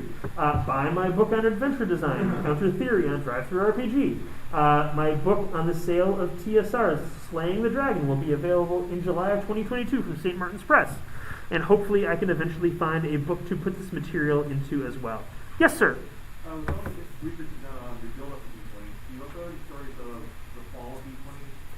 I rigidly stopped in the year 2000. So people online, the question was, do I have anything to say about the fall of D20? And I have done literally zero work on it, but I can tell you what Shannon Appelkline would say. For those of you who don't know, Shannon Appelkline was the writer of Designers and Dragons. Those books are excellent. I highly recommend you go downstairs and buy them. They are incredibly fun reads. Now, if you read his history of Wizards of the Coast, he will say the following. OGL is a hit. People start producing stuff for it. It's great, it's great, it's great. Then in, I believe it's 2003, 3.5 comes out with almost no notice to third-party publishers. That is the impetus of the bust of D20 material. Suddenly, vast reams of D20 material is instantly out of date. And people keep saying, well, okay, so it's for 3rd edition, but it's not for 3.5. I shouldn't buy it. I'll buy it when it's updated, or I will buy something that is compatible with 3.5. And he thinks that is what sparked the bust. Now, again, I have not done enough research on that. He's very, he is a faithful and loyal researcher. But the one thing I will say is, again, he has the downside of doing because he's doing the history of companies. The closer you get to the present day, the more people are just going to kind of lie, and that is the one possible downside to his methodology. But again, then you still get a wonderful book that at least has the history of a company. So that's the one caveat I would throw in there. Is again, I haven't done the research on it. I haven't seen sales numbers, but again, it's a compelling narrative. Like, you change the rules, and it hurts third-party publishers that weren't up to date with the rules. Does that make sense? Yeah. So again, extreme caveat. Again, I highly recommend his work. Go buy it. It's amazing. Any other questions? Yes, sir. Have you ever thought? I know it's kind of probably you stopped at 2000. Have you ever thought about going into the sales to Hasbro and all the fallout from that? Because I feel like in this story, a lot of principles you talked about, a lot of the TSR employees, they all fade out over time after that happens. So they quit or are fired. That might be the next book. Yeah. That might be the next book is the short answer. The problem let me tell you the problem. Yeah. And again, maybe by the time I would be writing it, it wouldn't be such a problem. But people were really willing and able to be like, oh, here are all these TSR documents I just had in my basement. I'm just going to photocopy them and send them to you with very little fear of legal consequences. And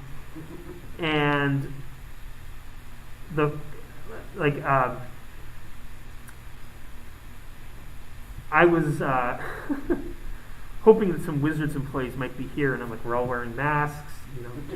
Shout out some sales numbers. Shout out real sales numbers. Because getting real sales numbers is really, really hard. And again, John Peterson has a book coming out next month that has real sales numbers. My book is going to have real sales numbers. But as far as I know, nobody has great data post year 2000. And I will also say, people lie. If if you have heard Gary Gygax's story about how he lost control of the company in 1985 from his lips, it's a garden of lies. And again, I highly encourage you to check out John Peterson's book next month. But that would be my great hesitation is, without some documentation and some real data to fact check things, it's really easy to get gulled and taken in. It's one of my great fear is my book will come out and then someone at TSR will be like, oh look, here's a document I just didn't give you that disproves everything you said. That is my grand fear. So again, that would be the difficulty with doing it. But it's still, that's the next phase. It's an obvious next book. So maybe. Yes, sir. So you said that TSR was looking for 3rd edition as soon as 2nd edition came out. So number one, did anything from TSR's version make it out into the real 3rd edition? You mentioned player's option, the same authors, but I don't know if it was really. And number two, why didn't you give this business incompetence for TSR not just publishing it themselves? So, when I was interviewing Skip Williams, and I was like, so tell me about the start of 3rd edition at Wizards of the Coast. He was like, it didn't start at Wizards of the Coast, it started at TSR. And I was almost in disbelief when he said that to me. But he was very insistent. He told me the story of this white paper, and how, again, he was working with Steve Winter and produced the white paper. When I asked Steve Winter, so that exact question, like, so what of that white paper made it over? Like, is it important? Why is it important?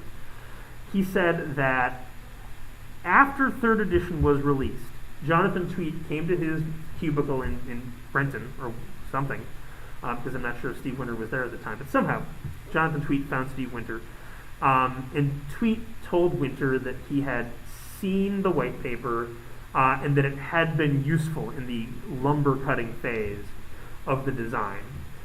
So something got over there. Again, it's hard to know what or how much. My recollection is Tweet said he still has it somewhere. He still has the white paper, so maybe one day, again, he'll just be going through his stuff and be like, here you go! And we'll all get to see, but not yet at least. Is that only the first part of your question? No? Okay. Then I'm going to go for it. I remember back to the time, CSR lawsuits happening in people in the industry. They're also lawsuits happening for anyone on the internet. If you use one of their images from one of their books, they can down your account. Was the big kind of lawsuits an effort to win public support back? TSR also kept originals of artists' paintings. And when Peter Adkison got control of the company, one of the first things he did was he invited all the artists over, opened up the room where they were storing the originals, and said, take what's yours.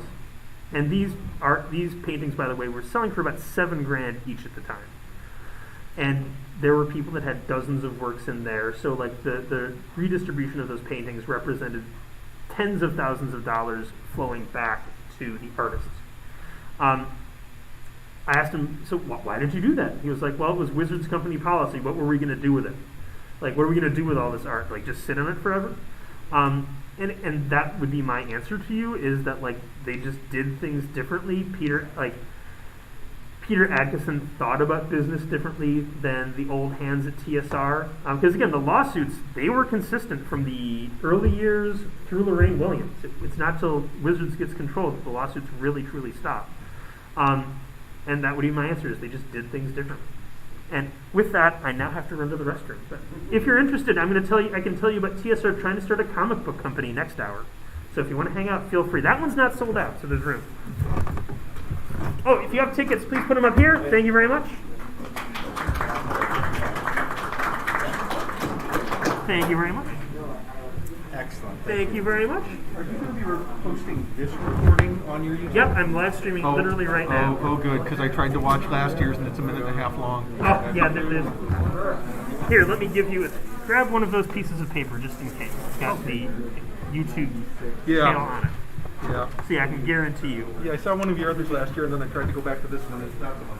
Thank you. Thank you.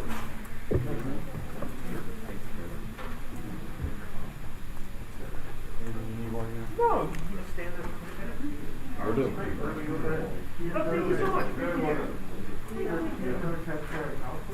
Yeah, hang up for them if you all want. Okay, I think I will.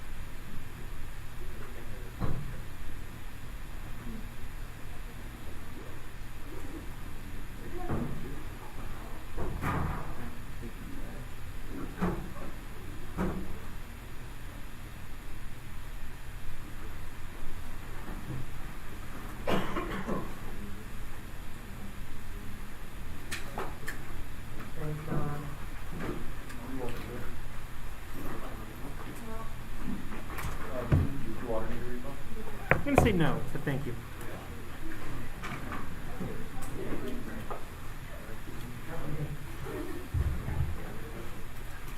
Okay, that makes more sense. You might be ahead of news on this than me. I don't know if you saw this. I did.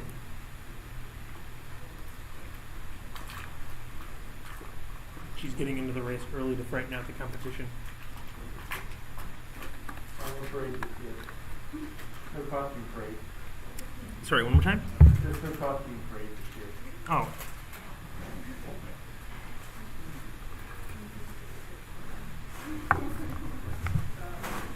Is there a dance tonight? Does anyone know? Is the Gen Con dance happening? I assume not. There was a concert last night. That was outdoors though. And Yeah, and the costume's different from a yeah. I'm like, I suppose it is a bad idea to get lots of moist people in one location under the current circumstances. All right.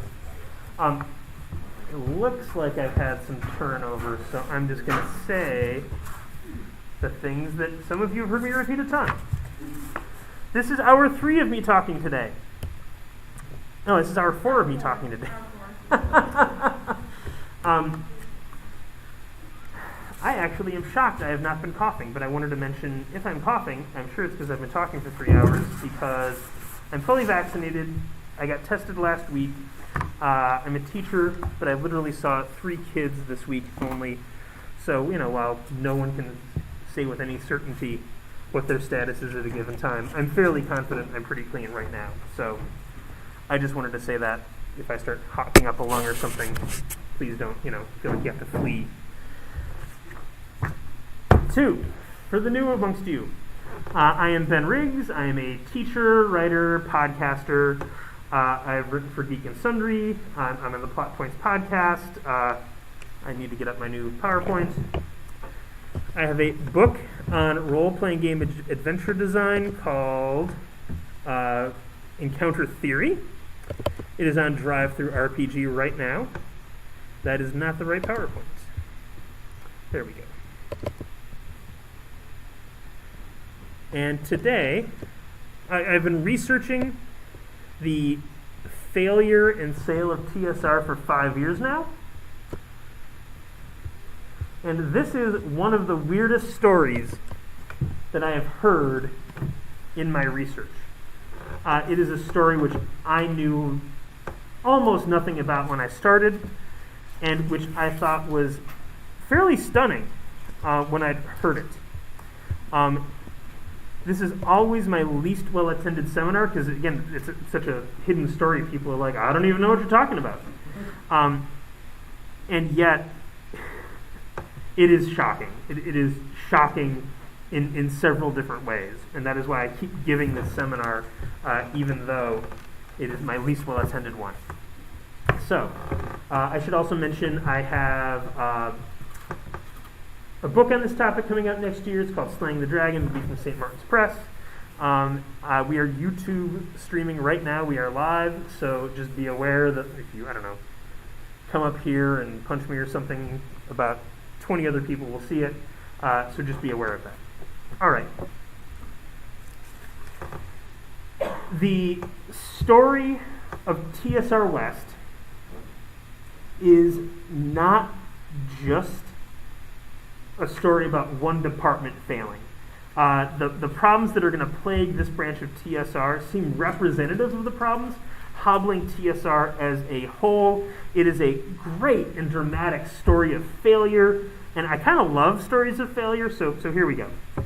TSR West was an attempt by TSR to break into the wider world of comic books, television, and movies in the late 1980s and early 1990s. The effort is going to end up costing TSR millions of dollars with little to show for it other than a balance sheet further in the red. However, the mistakes the company made are instructive. They comprise a negative blueprint, a list of things a company working in a creative field should try not to do.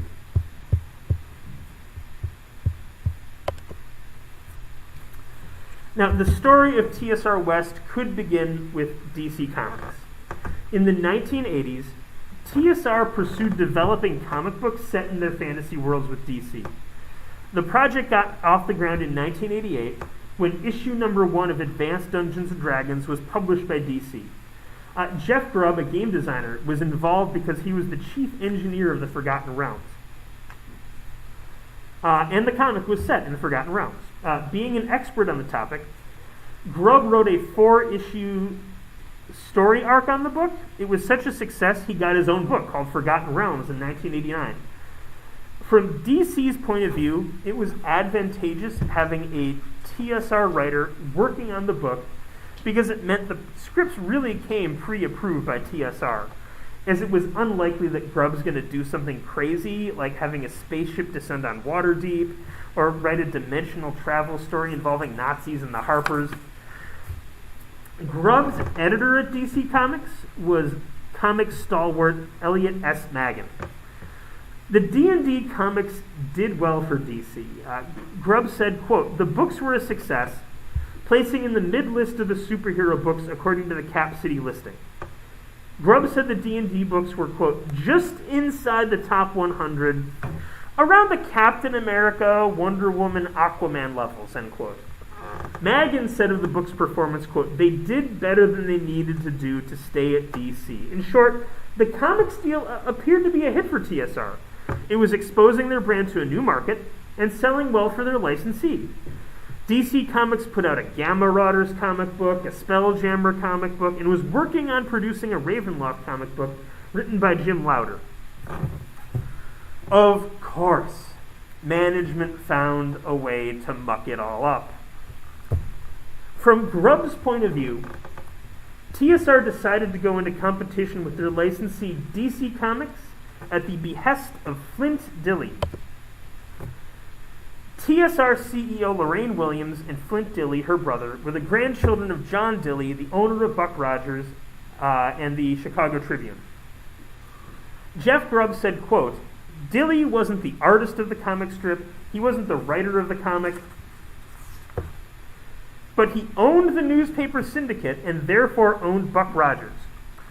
After acquiring TSR, Williams directed the company to produce a number of Buck Rogers games." Now that TSR was working with DC to produce D&D comics, management wanted to see DC make a Buck Rogers comic book. According to Grubb, the reaction of DC Comics to the offer of a Buck Rogers comic was, "Oh, yeah, we'll get around to that." Grubb said that with no comic in the offing at DC, that TSR decided to get into the comics business for themselves. But Flint Dille tells a different story.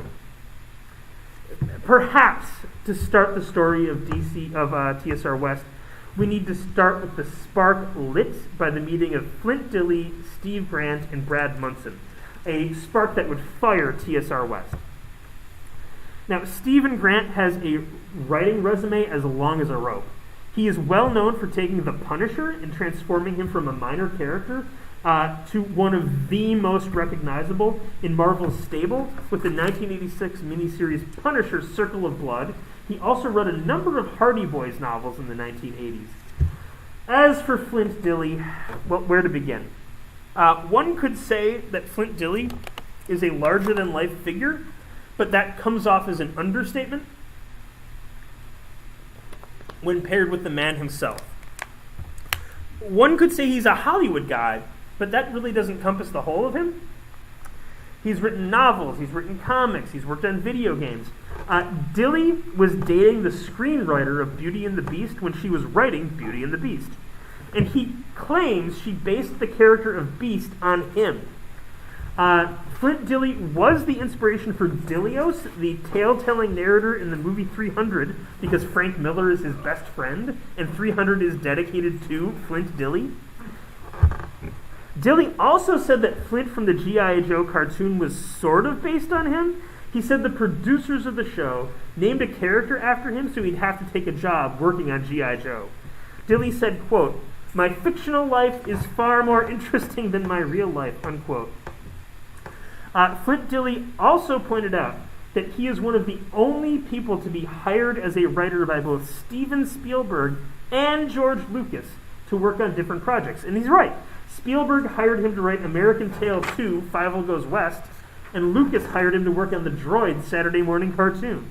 And for a writer, that is a hell of a thing to have on your tombstone.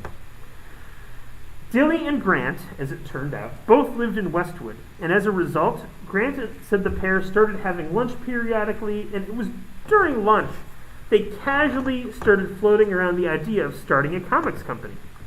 And according to Grant, Flint Dille said, "You know, I should ask my sister Lorraine Williams about this."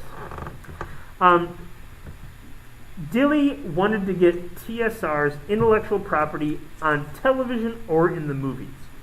Buck Rogers, which Dille's family owned the rights to, would be one of these TSR worlds translated into a wider media. Dille said, quote, "My role at TSR was to do anything but the same thing everybody else was doing. I'm not helpful in doing a Dungeons & Dragons module, but I'm probably very helpful in figuring out how you develop a franchise that we can turn into a toy line or an animated show," unquote. But how would TSR move from novels and role-playing games to movies and TV? It was a move Gary Gygax himself failed to secure years earlier. Why would it work out now? Dille's answer was simple. We have to develop properties, and the cheapest platform to develop a property on is a comic book. A TSR comic book division could be used to develop properties that could then be sold to film and television. Comic books were essentially storyboards already. Comic books were a visual medium like film and television. Instead of handing an AD&D rule book to some tan, slim, sleek executive, a vice president of very important things in a corner office in Studio City, California, and asking said executive to translate those words into wizards hurling thunderbolts with all the fury of Zeus, a comic book could show it to them. It simply asked less of the minds of executives. Maybe, just maybe, comic books would allow TSR to succeed where it failed before and seal a deal with Hollywood that would take the company into the big leagues.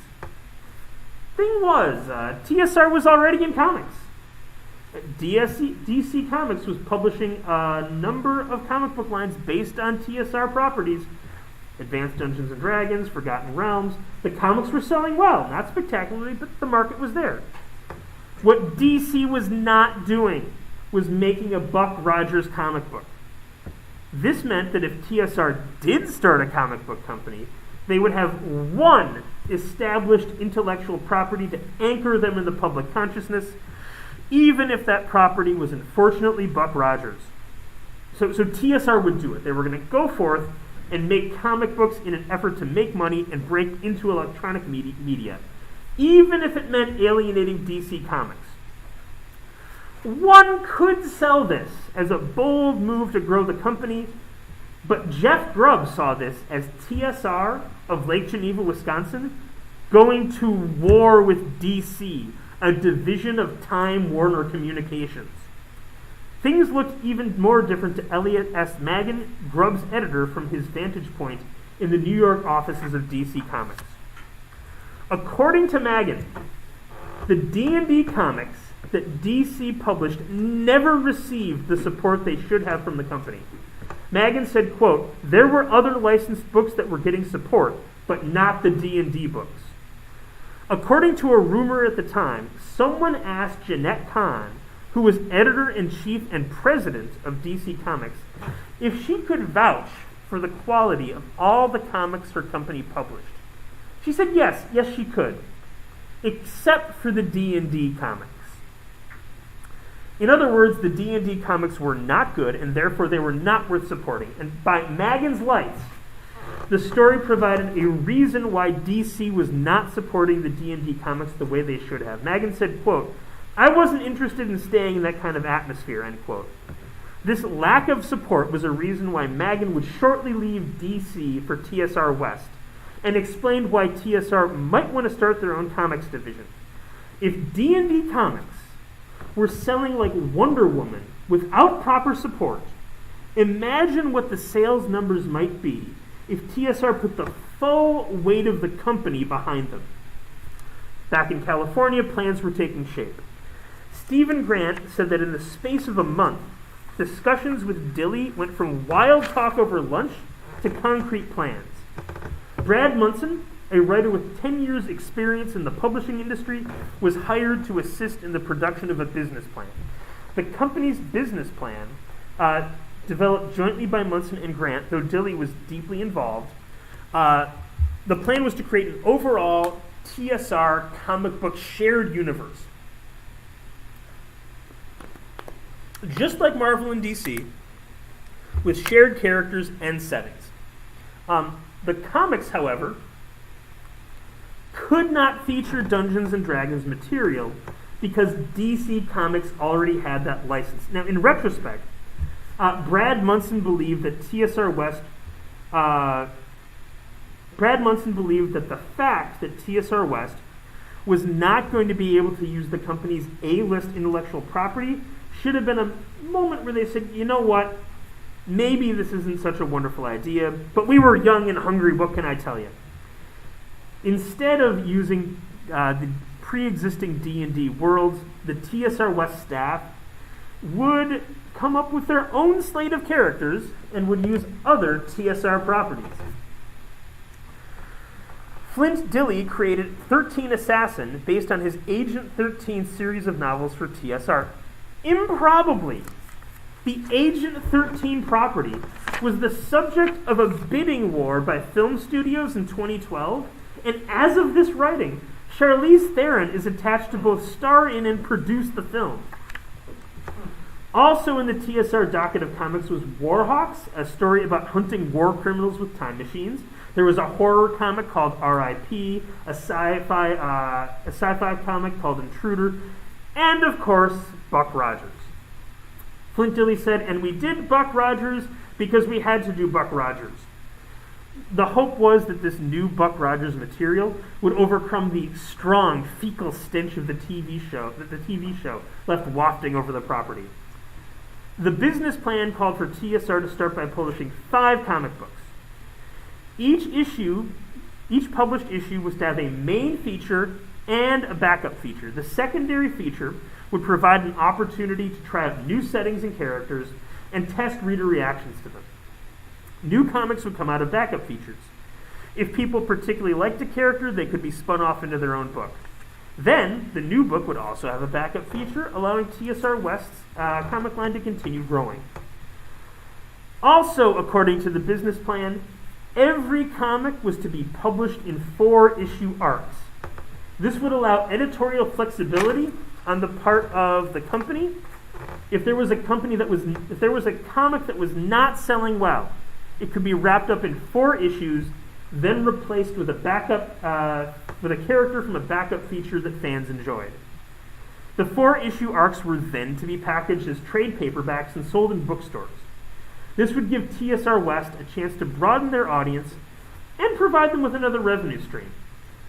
According to the business plan, TSR West's primary sales outlet was to be specialty comic book stores, not bookstores.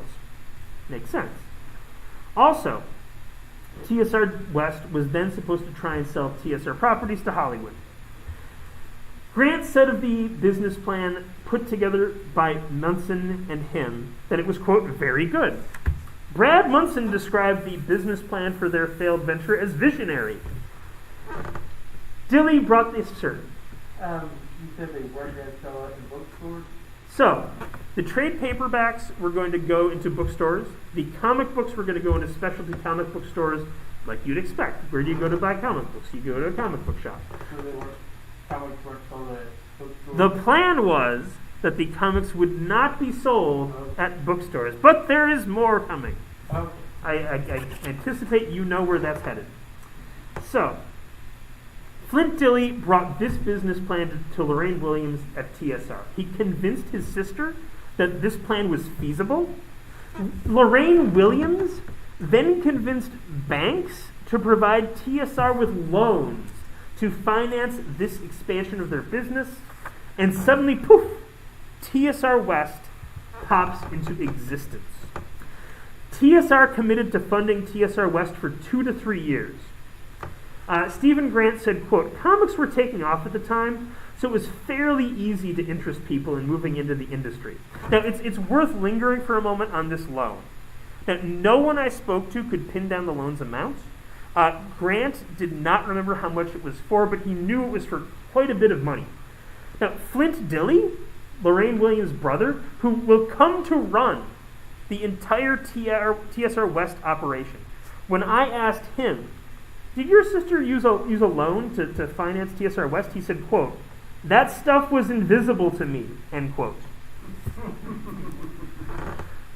But both Munson and Grant agreed that a loan was used to finance the operation, and the loan wasn't small, which meant if TSR West didn't become a viable entity, TSR back in Lake Geneva, they would be responsible for paying back the loan that made possible the offices in LA, the salaries of the staff, etc., etc., etc. In a bare handful of months, Munson, Dilley, and Grant had gone from spitballing ideas over lunch to renting offices on Sepulveda Boulevard. Their thoughts had become real enough to touch, and in no time at all. TSR West was roaring forward, and it would carry Grant, Munson, and Dilley with it. It was August of 1989, and the world could not know what TSR West had in store for it. Meanwhile, the old gods at DC Comics saw what TSR was doing and seethed. Lawyers began to unfreeze their joints and gaze upon the contracts they had made with TSR. Was this a breach of contract? The slow juicing and greasing of lawsuits commenced. Stephen Grant said that DC Comics was, quote, "very pissed off that TSR was going to start publishing comic books," end quote. While TSR was not going to publish any comics using D&D or other properties, which DC had the license to, DC was still apparently furious that TSR was going into competition with them. This led DC to end all their comic lines based on TSR intellectual property. The ending of these TSR comic lines made DC a freshly hated enemy at TSR, apparently without much reflection on the actions TSR had taken to bring these matters to pass. In an effort to placate DC Comics, TSR decided they would not call the comic books they were publishing comic books. Instead, they would call them comic modules and include in every issue a small game or other gaming resource to accompany the content of the comic. Therefore, TSR West is not publishing comic books. They are publishing comic modules, which are totally, completely, 100% different. And if they are not publishing comic books, they're not going into competition with DC Comics. Therefore, DC Comics shouldn't be upset with them. They shouldn't cancel the D&D lines, and they certainly shouldn't sue them. But the old gods at DC did not grow old by being fools. They saw through the flim-flam of the comic module. They did not sue TSR, but they certainly did cancel every D&D comic line. As already mentioned, the business plan called for TSR West's comic books to be distributed through comic book specialty stores. But, dictated by TSR Lake Geneva, there would now be a change. Distribution and marketing of TSR West's comic books would be run through Random House. On the surface, using Random House in this capacity made sense. TSR had a long-standing relationship with them. TSR made a lot of money by having every one of their books and games in every mall in America. The rub was, Random House didn't really know anything about the comics trade. So when crates of comic books arrived at Walden Books and B. Dalton, labeled as comic modules, published by TSR, employees at bookstores put them in the gaming section of the store. Now, from their point of view, it made sense. They were gaming material published by TSR, not comic books, as TSR's lawyers would have insisted in court if sued by DC Comics. And the comic module moniker was very successful in preventing that lawsuit. But out in the wide world, no one knew what the hell a comic module was. And now they're in bookstores in the gaming section, and comic book readers do not go to the gaming section of a bookstore to buy their comic books. The twin decisions of naming TSR's products comic modules and distributing them through bookstores meant that TSR had literally and physically isolated their product from the audience they wanted to buy it. Furthermore, gamers did not see the gamers who did see the comic modules would look at them and they would see a comic book. The inclusion of game material also caused problems for the company. First, the question was, who is going to generate this game material? Enter Scott Herring. Scott Herring is a longtime industry veteran. He worked at Steve Jackson Games, but he was eventually hired by TSR. TSR management wanted Herring to go west and become the gaming guy at the TSR West offices. He would be in charge of the module part of the comic modules. Now, moving to LA seemed risky for Herring. Like, he knew Flint Dilley was in charge of the operation, and Dilley already had a reputation among the TSR staff. I mean, he's the CEO's brother. He's got this kind of outlandish personality. Now, Herring told Vice President Mike Cook that he really appreciated the offer, but he also saw how things at TSR West could really blow up. Herring wanted to know if he would still have a job in Lake Geneva if TSR West exploded. And according to Herring, he was told coming back to Lake Geneva would present no problem at all. With that assurance, Herring decided to head west.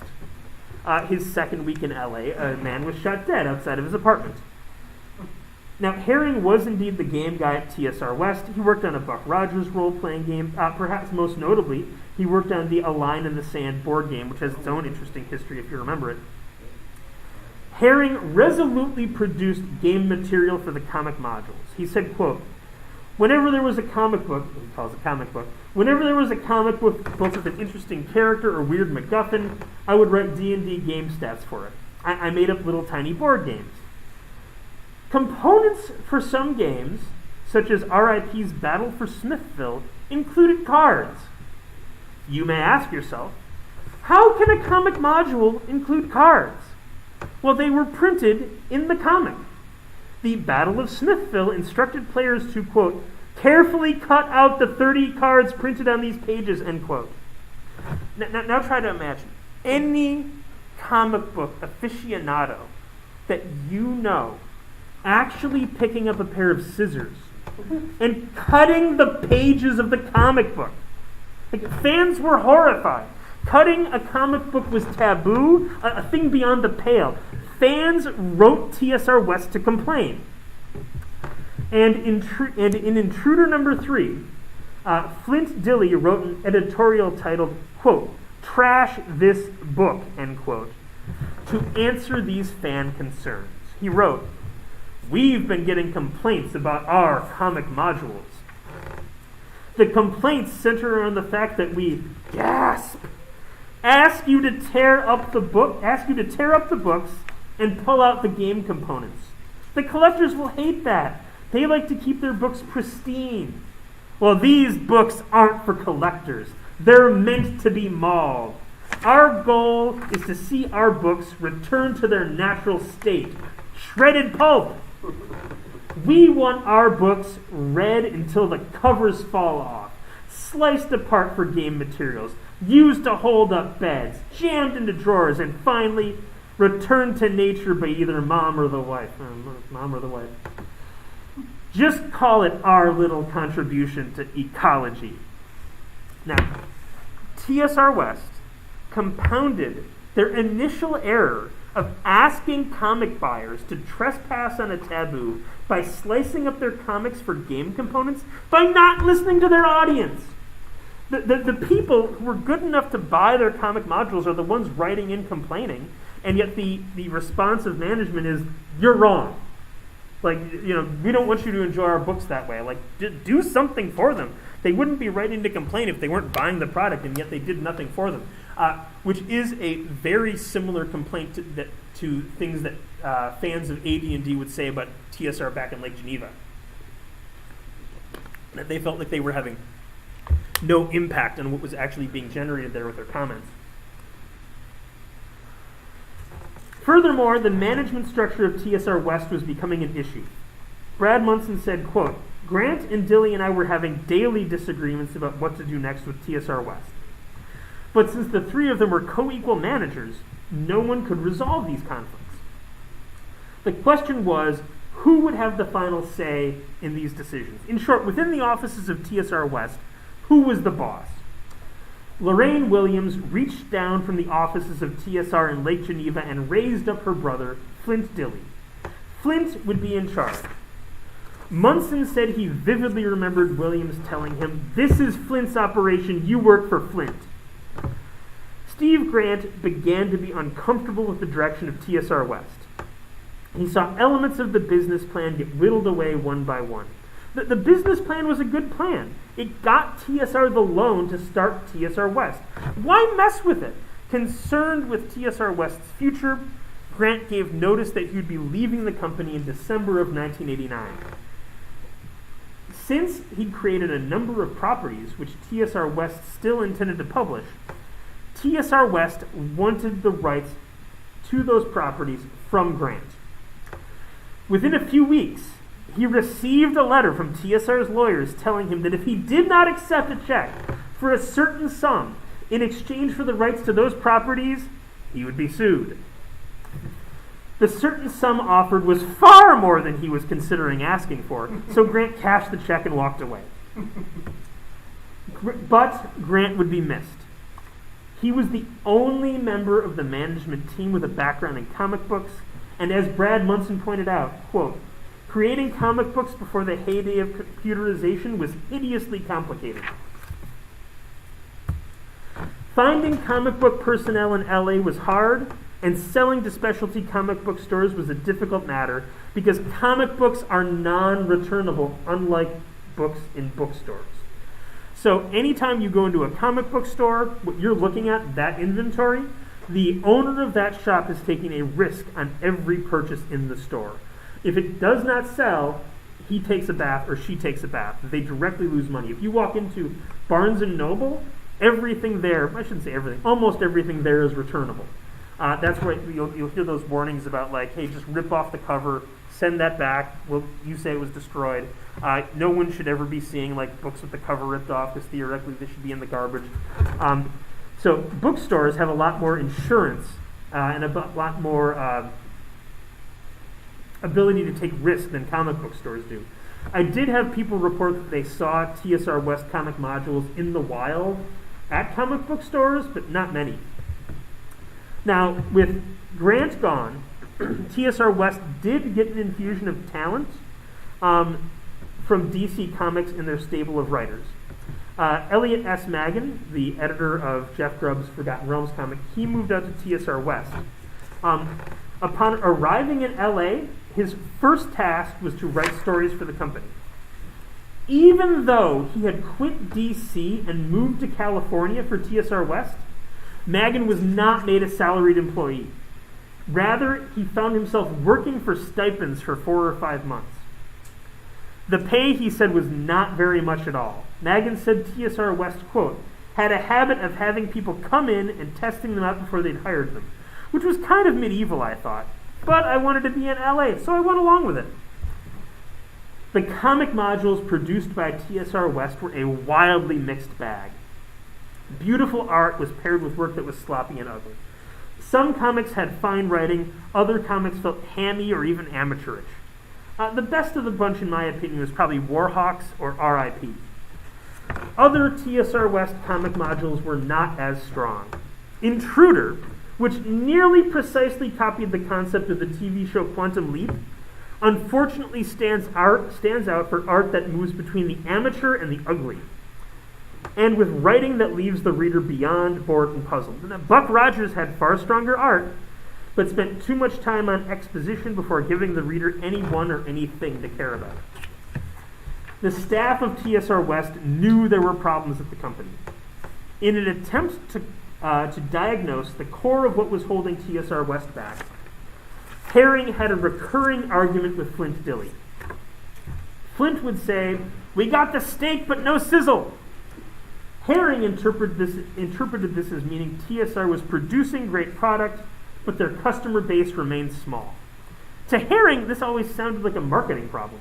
Herring would fire back at him, "There is no substitute for performance." Herring said that this meant kick around all the ideas you want, but at some point you need to sit down and write your idea, and it's got to be good. Herring said that at TSR West, quote, "there seemed to be a lot more interest in coming up with the next great idea and not so much in executing the ones we already had," end quote. Flint Dille said that while he didn't remember exactly saying those things about sizzle and steak, quote, "Scott's quote is probably more memorable and articulate than what I actually said," end quote. For Dille, the sizzle and steak line meant, "I felt we had all of this IP to do something great, but we didn't have the cool or the money or the allies to make it happen. And I am no small part to blame for that." Dille said, quote, "The problem was that we couldn't break into the majors. And as I said, I don't have a great explanation as to why."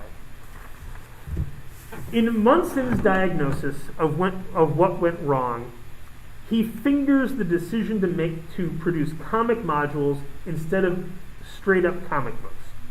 That was one of the things that led to TSR West's ultimate and rather rapid demise, end quote.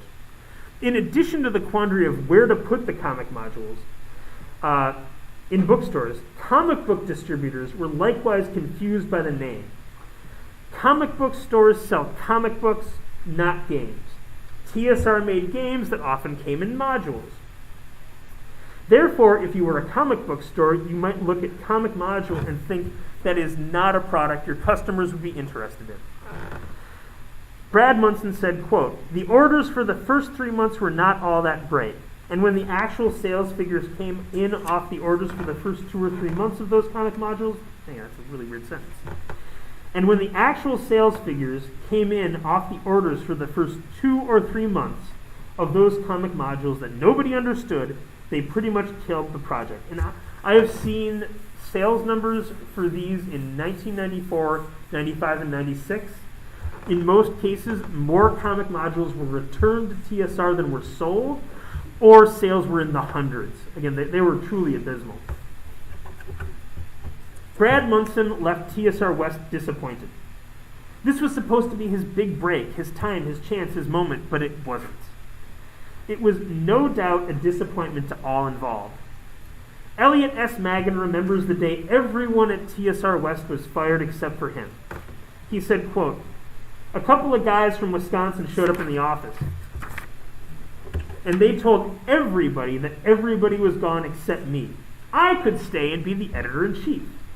And they wanted to absorb the company into the Wisconsin operation, whatever that meant. At one point, someone said to me, 'Do you want to move to Wisconsin?' And I said, 'No!' 4 months later, Magan himself was fired and offered a wholly inadequate severance package. Magan called his ex-wife to the TSR West offices to harangue the suits from Wisconsin until they gave him a better severance. In the collapse of TSR West, Scott Herring got screwed over hard. There was no job for him in Lake Geneva as he'd been promised. Looking back at TSR West, Munson is not sure the venture ever would have worked. The comic book industry went bust in the 90s anyway. Interestingly, at the exact same time TSR collapsed, you had crises both at Marvel and DC. A broader trend, which I don't know enough about Marvel and DC's collapse to be able to comment on, but it's an interesting synchronicity. The comic book industry went bust in the 90s anyway, and given that TSR had already licensed its most valuable property to DC, TSR seemed like a venture likely to fail, unless they had stuck to the business plan. Munson said that from the perspective of the 21st century, the TSR West business plan still seemed sound. Other companies, like Dark Horse, managed to sell trade paperbacks and IP to Hollywood and survive the 90s. Munson also just didn't think the caliber of the comics was high enough to succeed. Elliot S. Magan said that he thought TSR West needed more time to catch on. He said, quote, "Lorraine Williams was a good manager, but mostly she understood money. She didn't understand product, and I think she lost interest in TSR West." In reflecting on why TSR West didn't work out, Flint Dille said, quote, "I don't think we did the world's greatest execution, and we only really existed for a year. And it's hard to get involved in an industry and master that industry and really make a name for yourself inside a year. It's just a tall order. And everything from the reality that the product wasn't what it should have been to we just didn't have enough time to really do it. I would argue that they actually started getting good by the time TSR West went under, but that's just my opinion. It was this world of huge possibility, and we thought, this is really cool, but when it ended, and everybody moved on."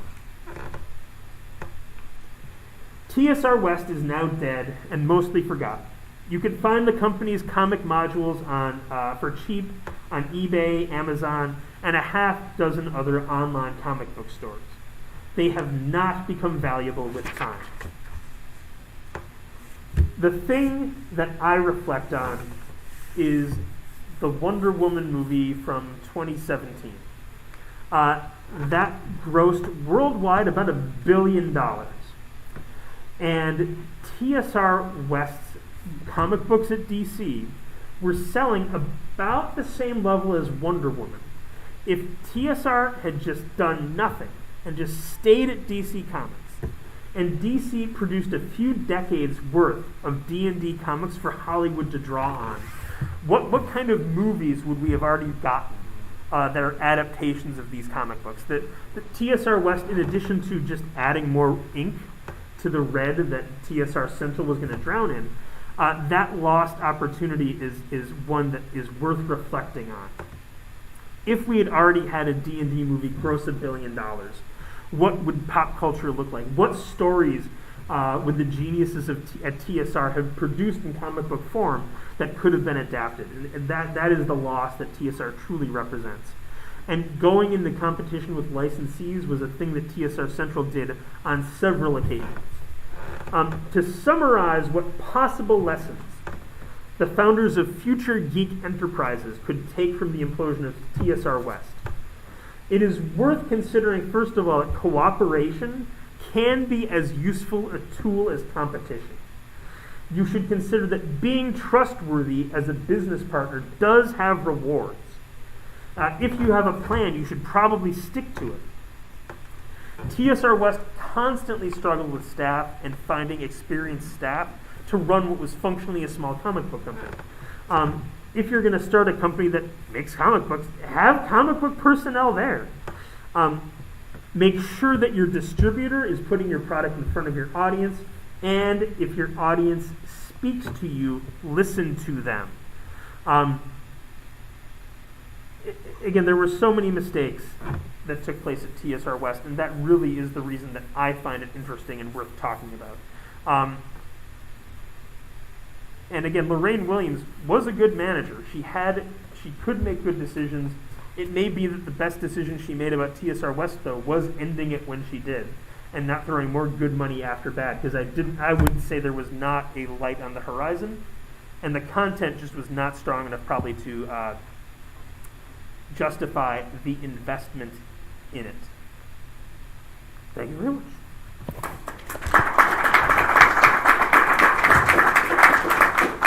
So some things.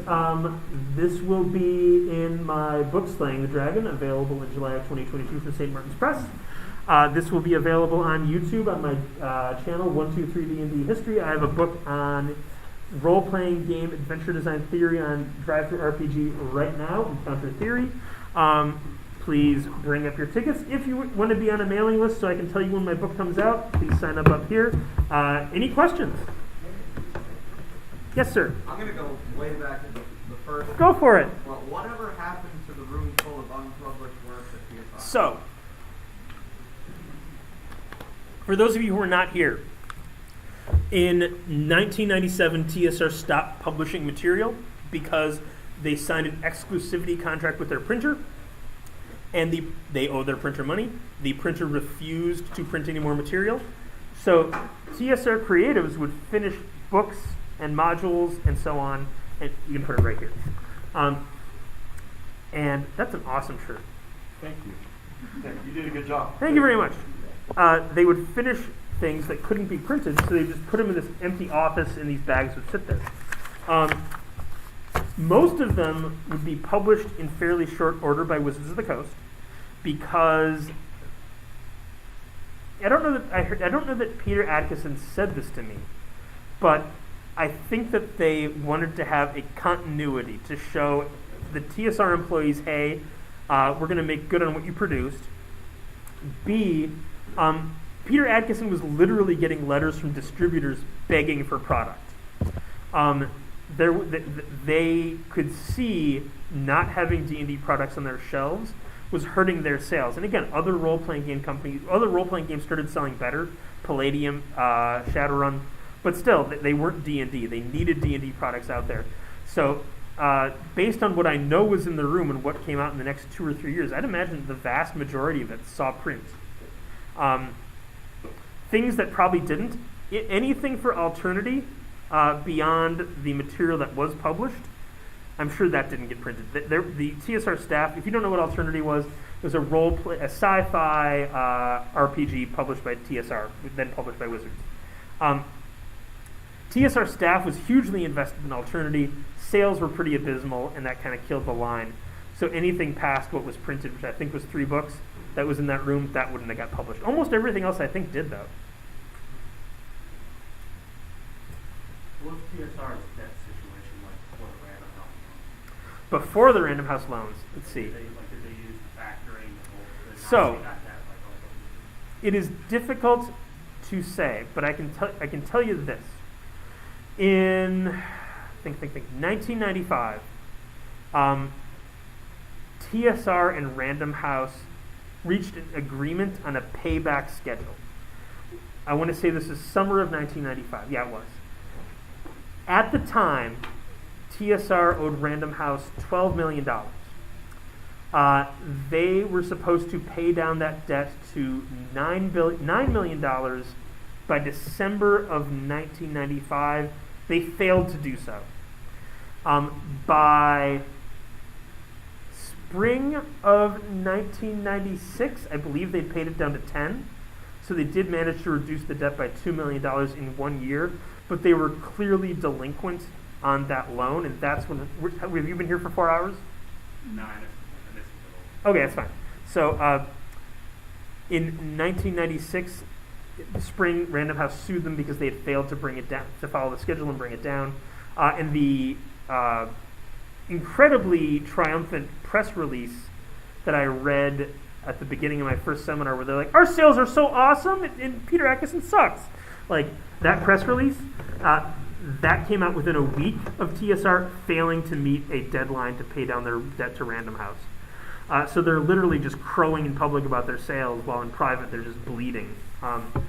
So telling you when and where there were debts to Random House is tricky. Some of it's in the lawsuits, but again, those are the big numbers that I can recall right off the top of my head. 95, 12 million, 96, only down to 10 million. And it doesn't look it got much smaller than that before WotC bought it. It sounds like. Oh, sorry, yes, sir. How much money did Legend of the Five Rings finally make on their brokering, so to speak, of the deal? So, stockholders in Five Rings Publishing did get money. Ryan Dancy told me that the money he got from the sale of Five Rings to Wizards moved him firmly into the middle class. So now, if you talk to people who had Wizards stock at the time of the Hasbro sale, typically it did more than move them to the middle class. But he got something out of it. So, like I said, the company in total was sold for $3.85 million.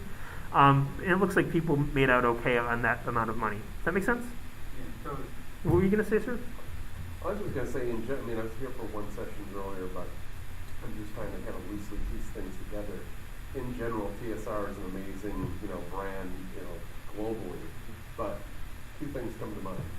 Great creative company, great creative brains in the company, mismanaged, which usually tells me that they either 1, were not in tune with their actual customers, or 2, they just had no clue how to actually run a business, which is usually the reason why companies fail with poor management, because they shouldn't have been in business to begin with.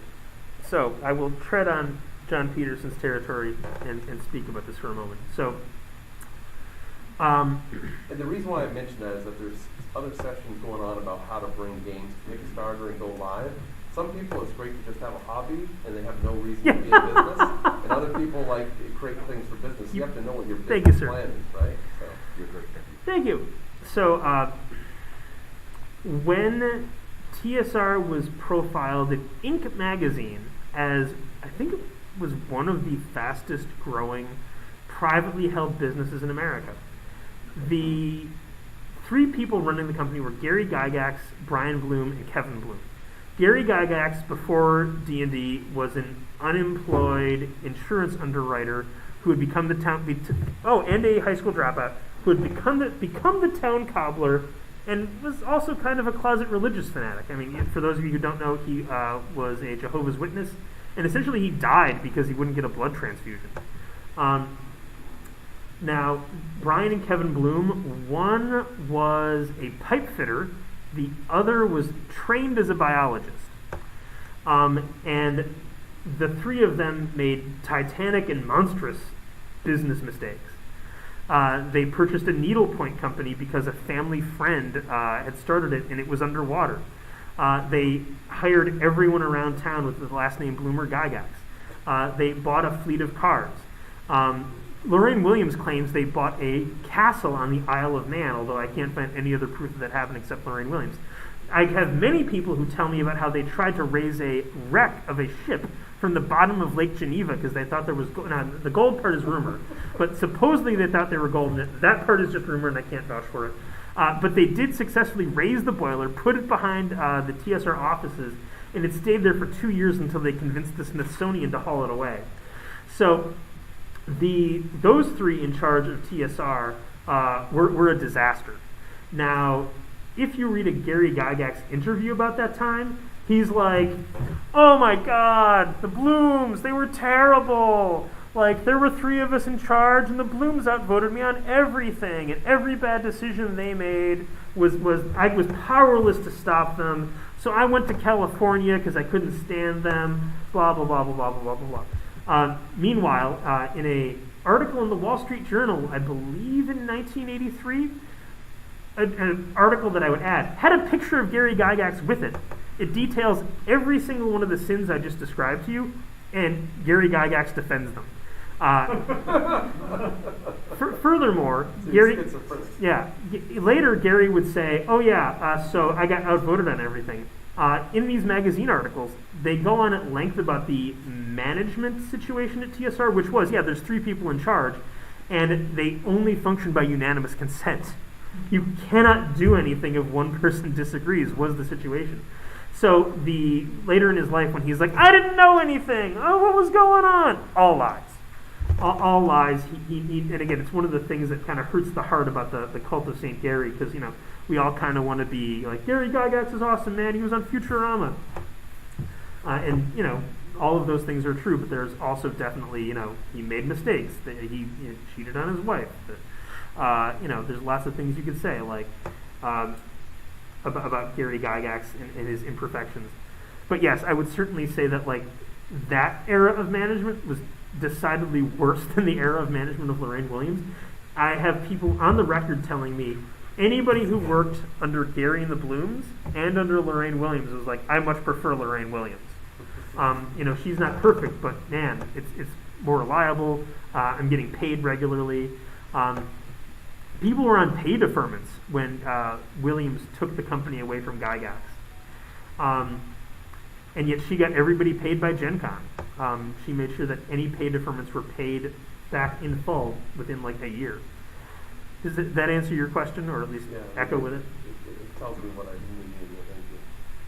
Yeah, so this gets a little into like, possibly some speculation depending on like the information we have. But the contract that TSR had with Random House, where they were getting paid on delivery instead of on sales, how did they have, like, was someone involved at Random House, like, real close with someone who worked for TSR? Were the lawyers just, like, really big D&D fans and they got the kid? Were they expecting TSR to go under right away? The contract actually makes good and logical sense as long as TSR does not abuse it. And here's why.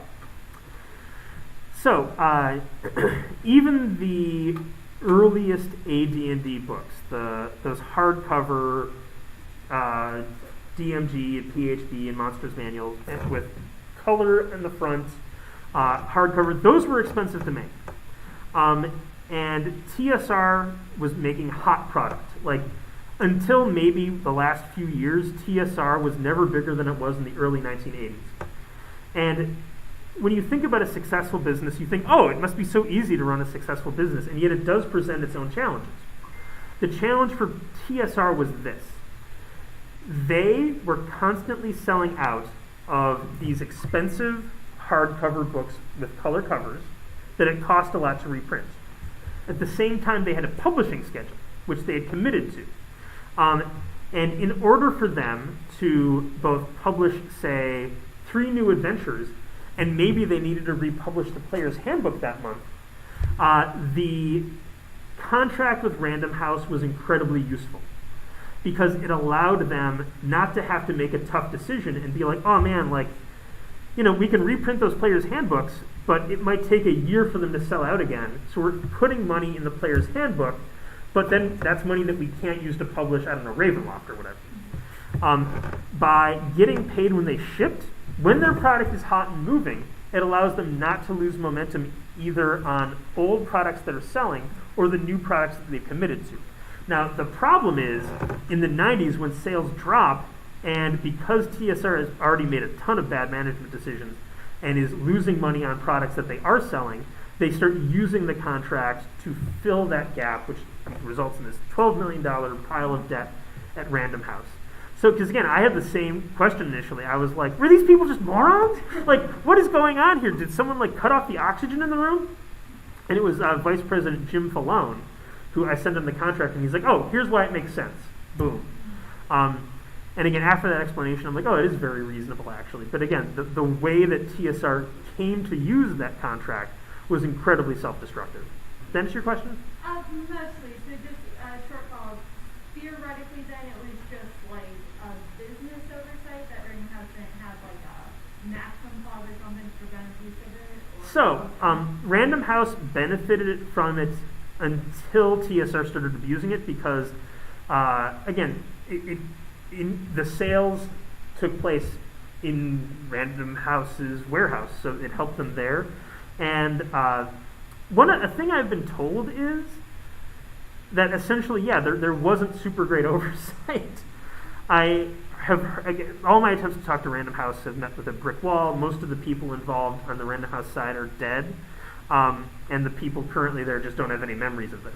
So, but what I was told distantly was Random House either was courting a purchase in '96 or had new management come in, and they literally looked in the warehouse and they were like, dude, what's all this TSR stuff doing here? Oh, they owe us $12 million? Holy crap. And that's when they started tightening the screws. But from my understanding, which is not super well sourced, so again, this is not a high confidence thing I'm saying, there was some lack of oversight on the part of Random House. Yes, ma'am. Or are you scratching yourself? Okay. I'll take your tickets and have a great Gen Con. Thank you for coming. End stream.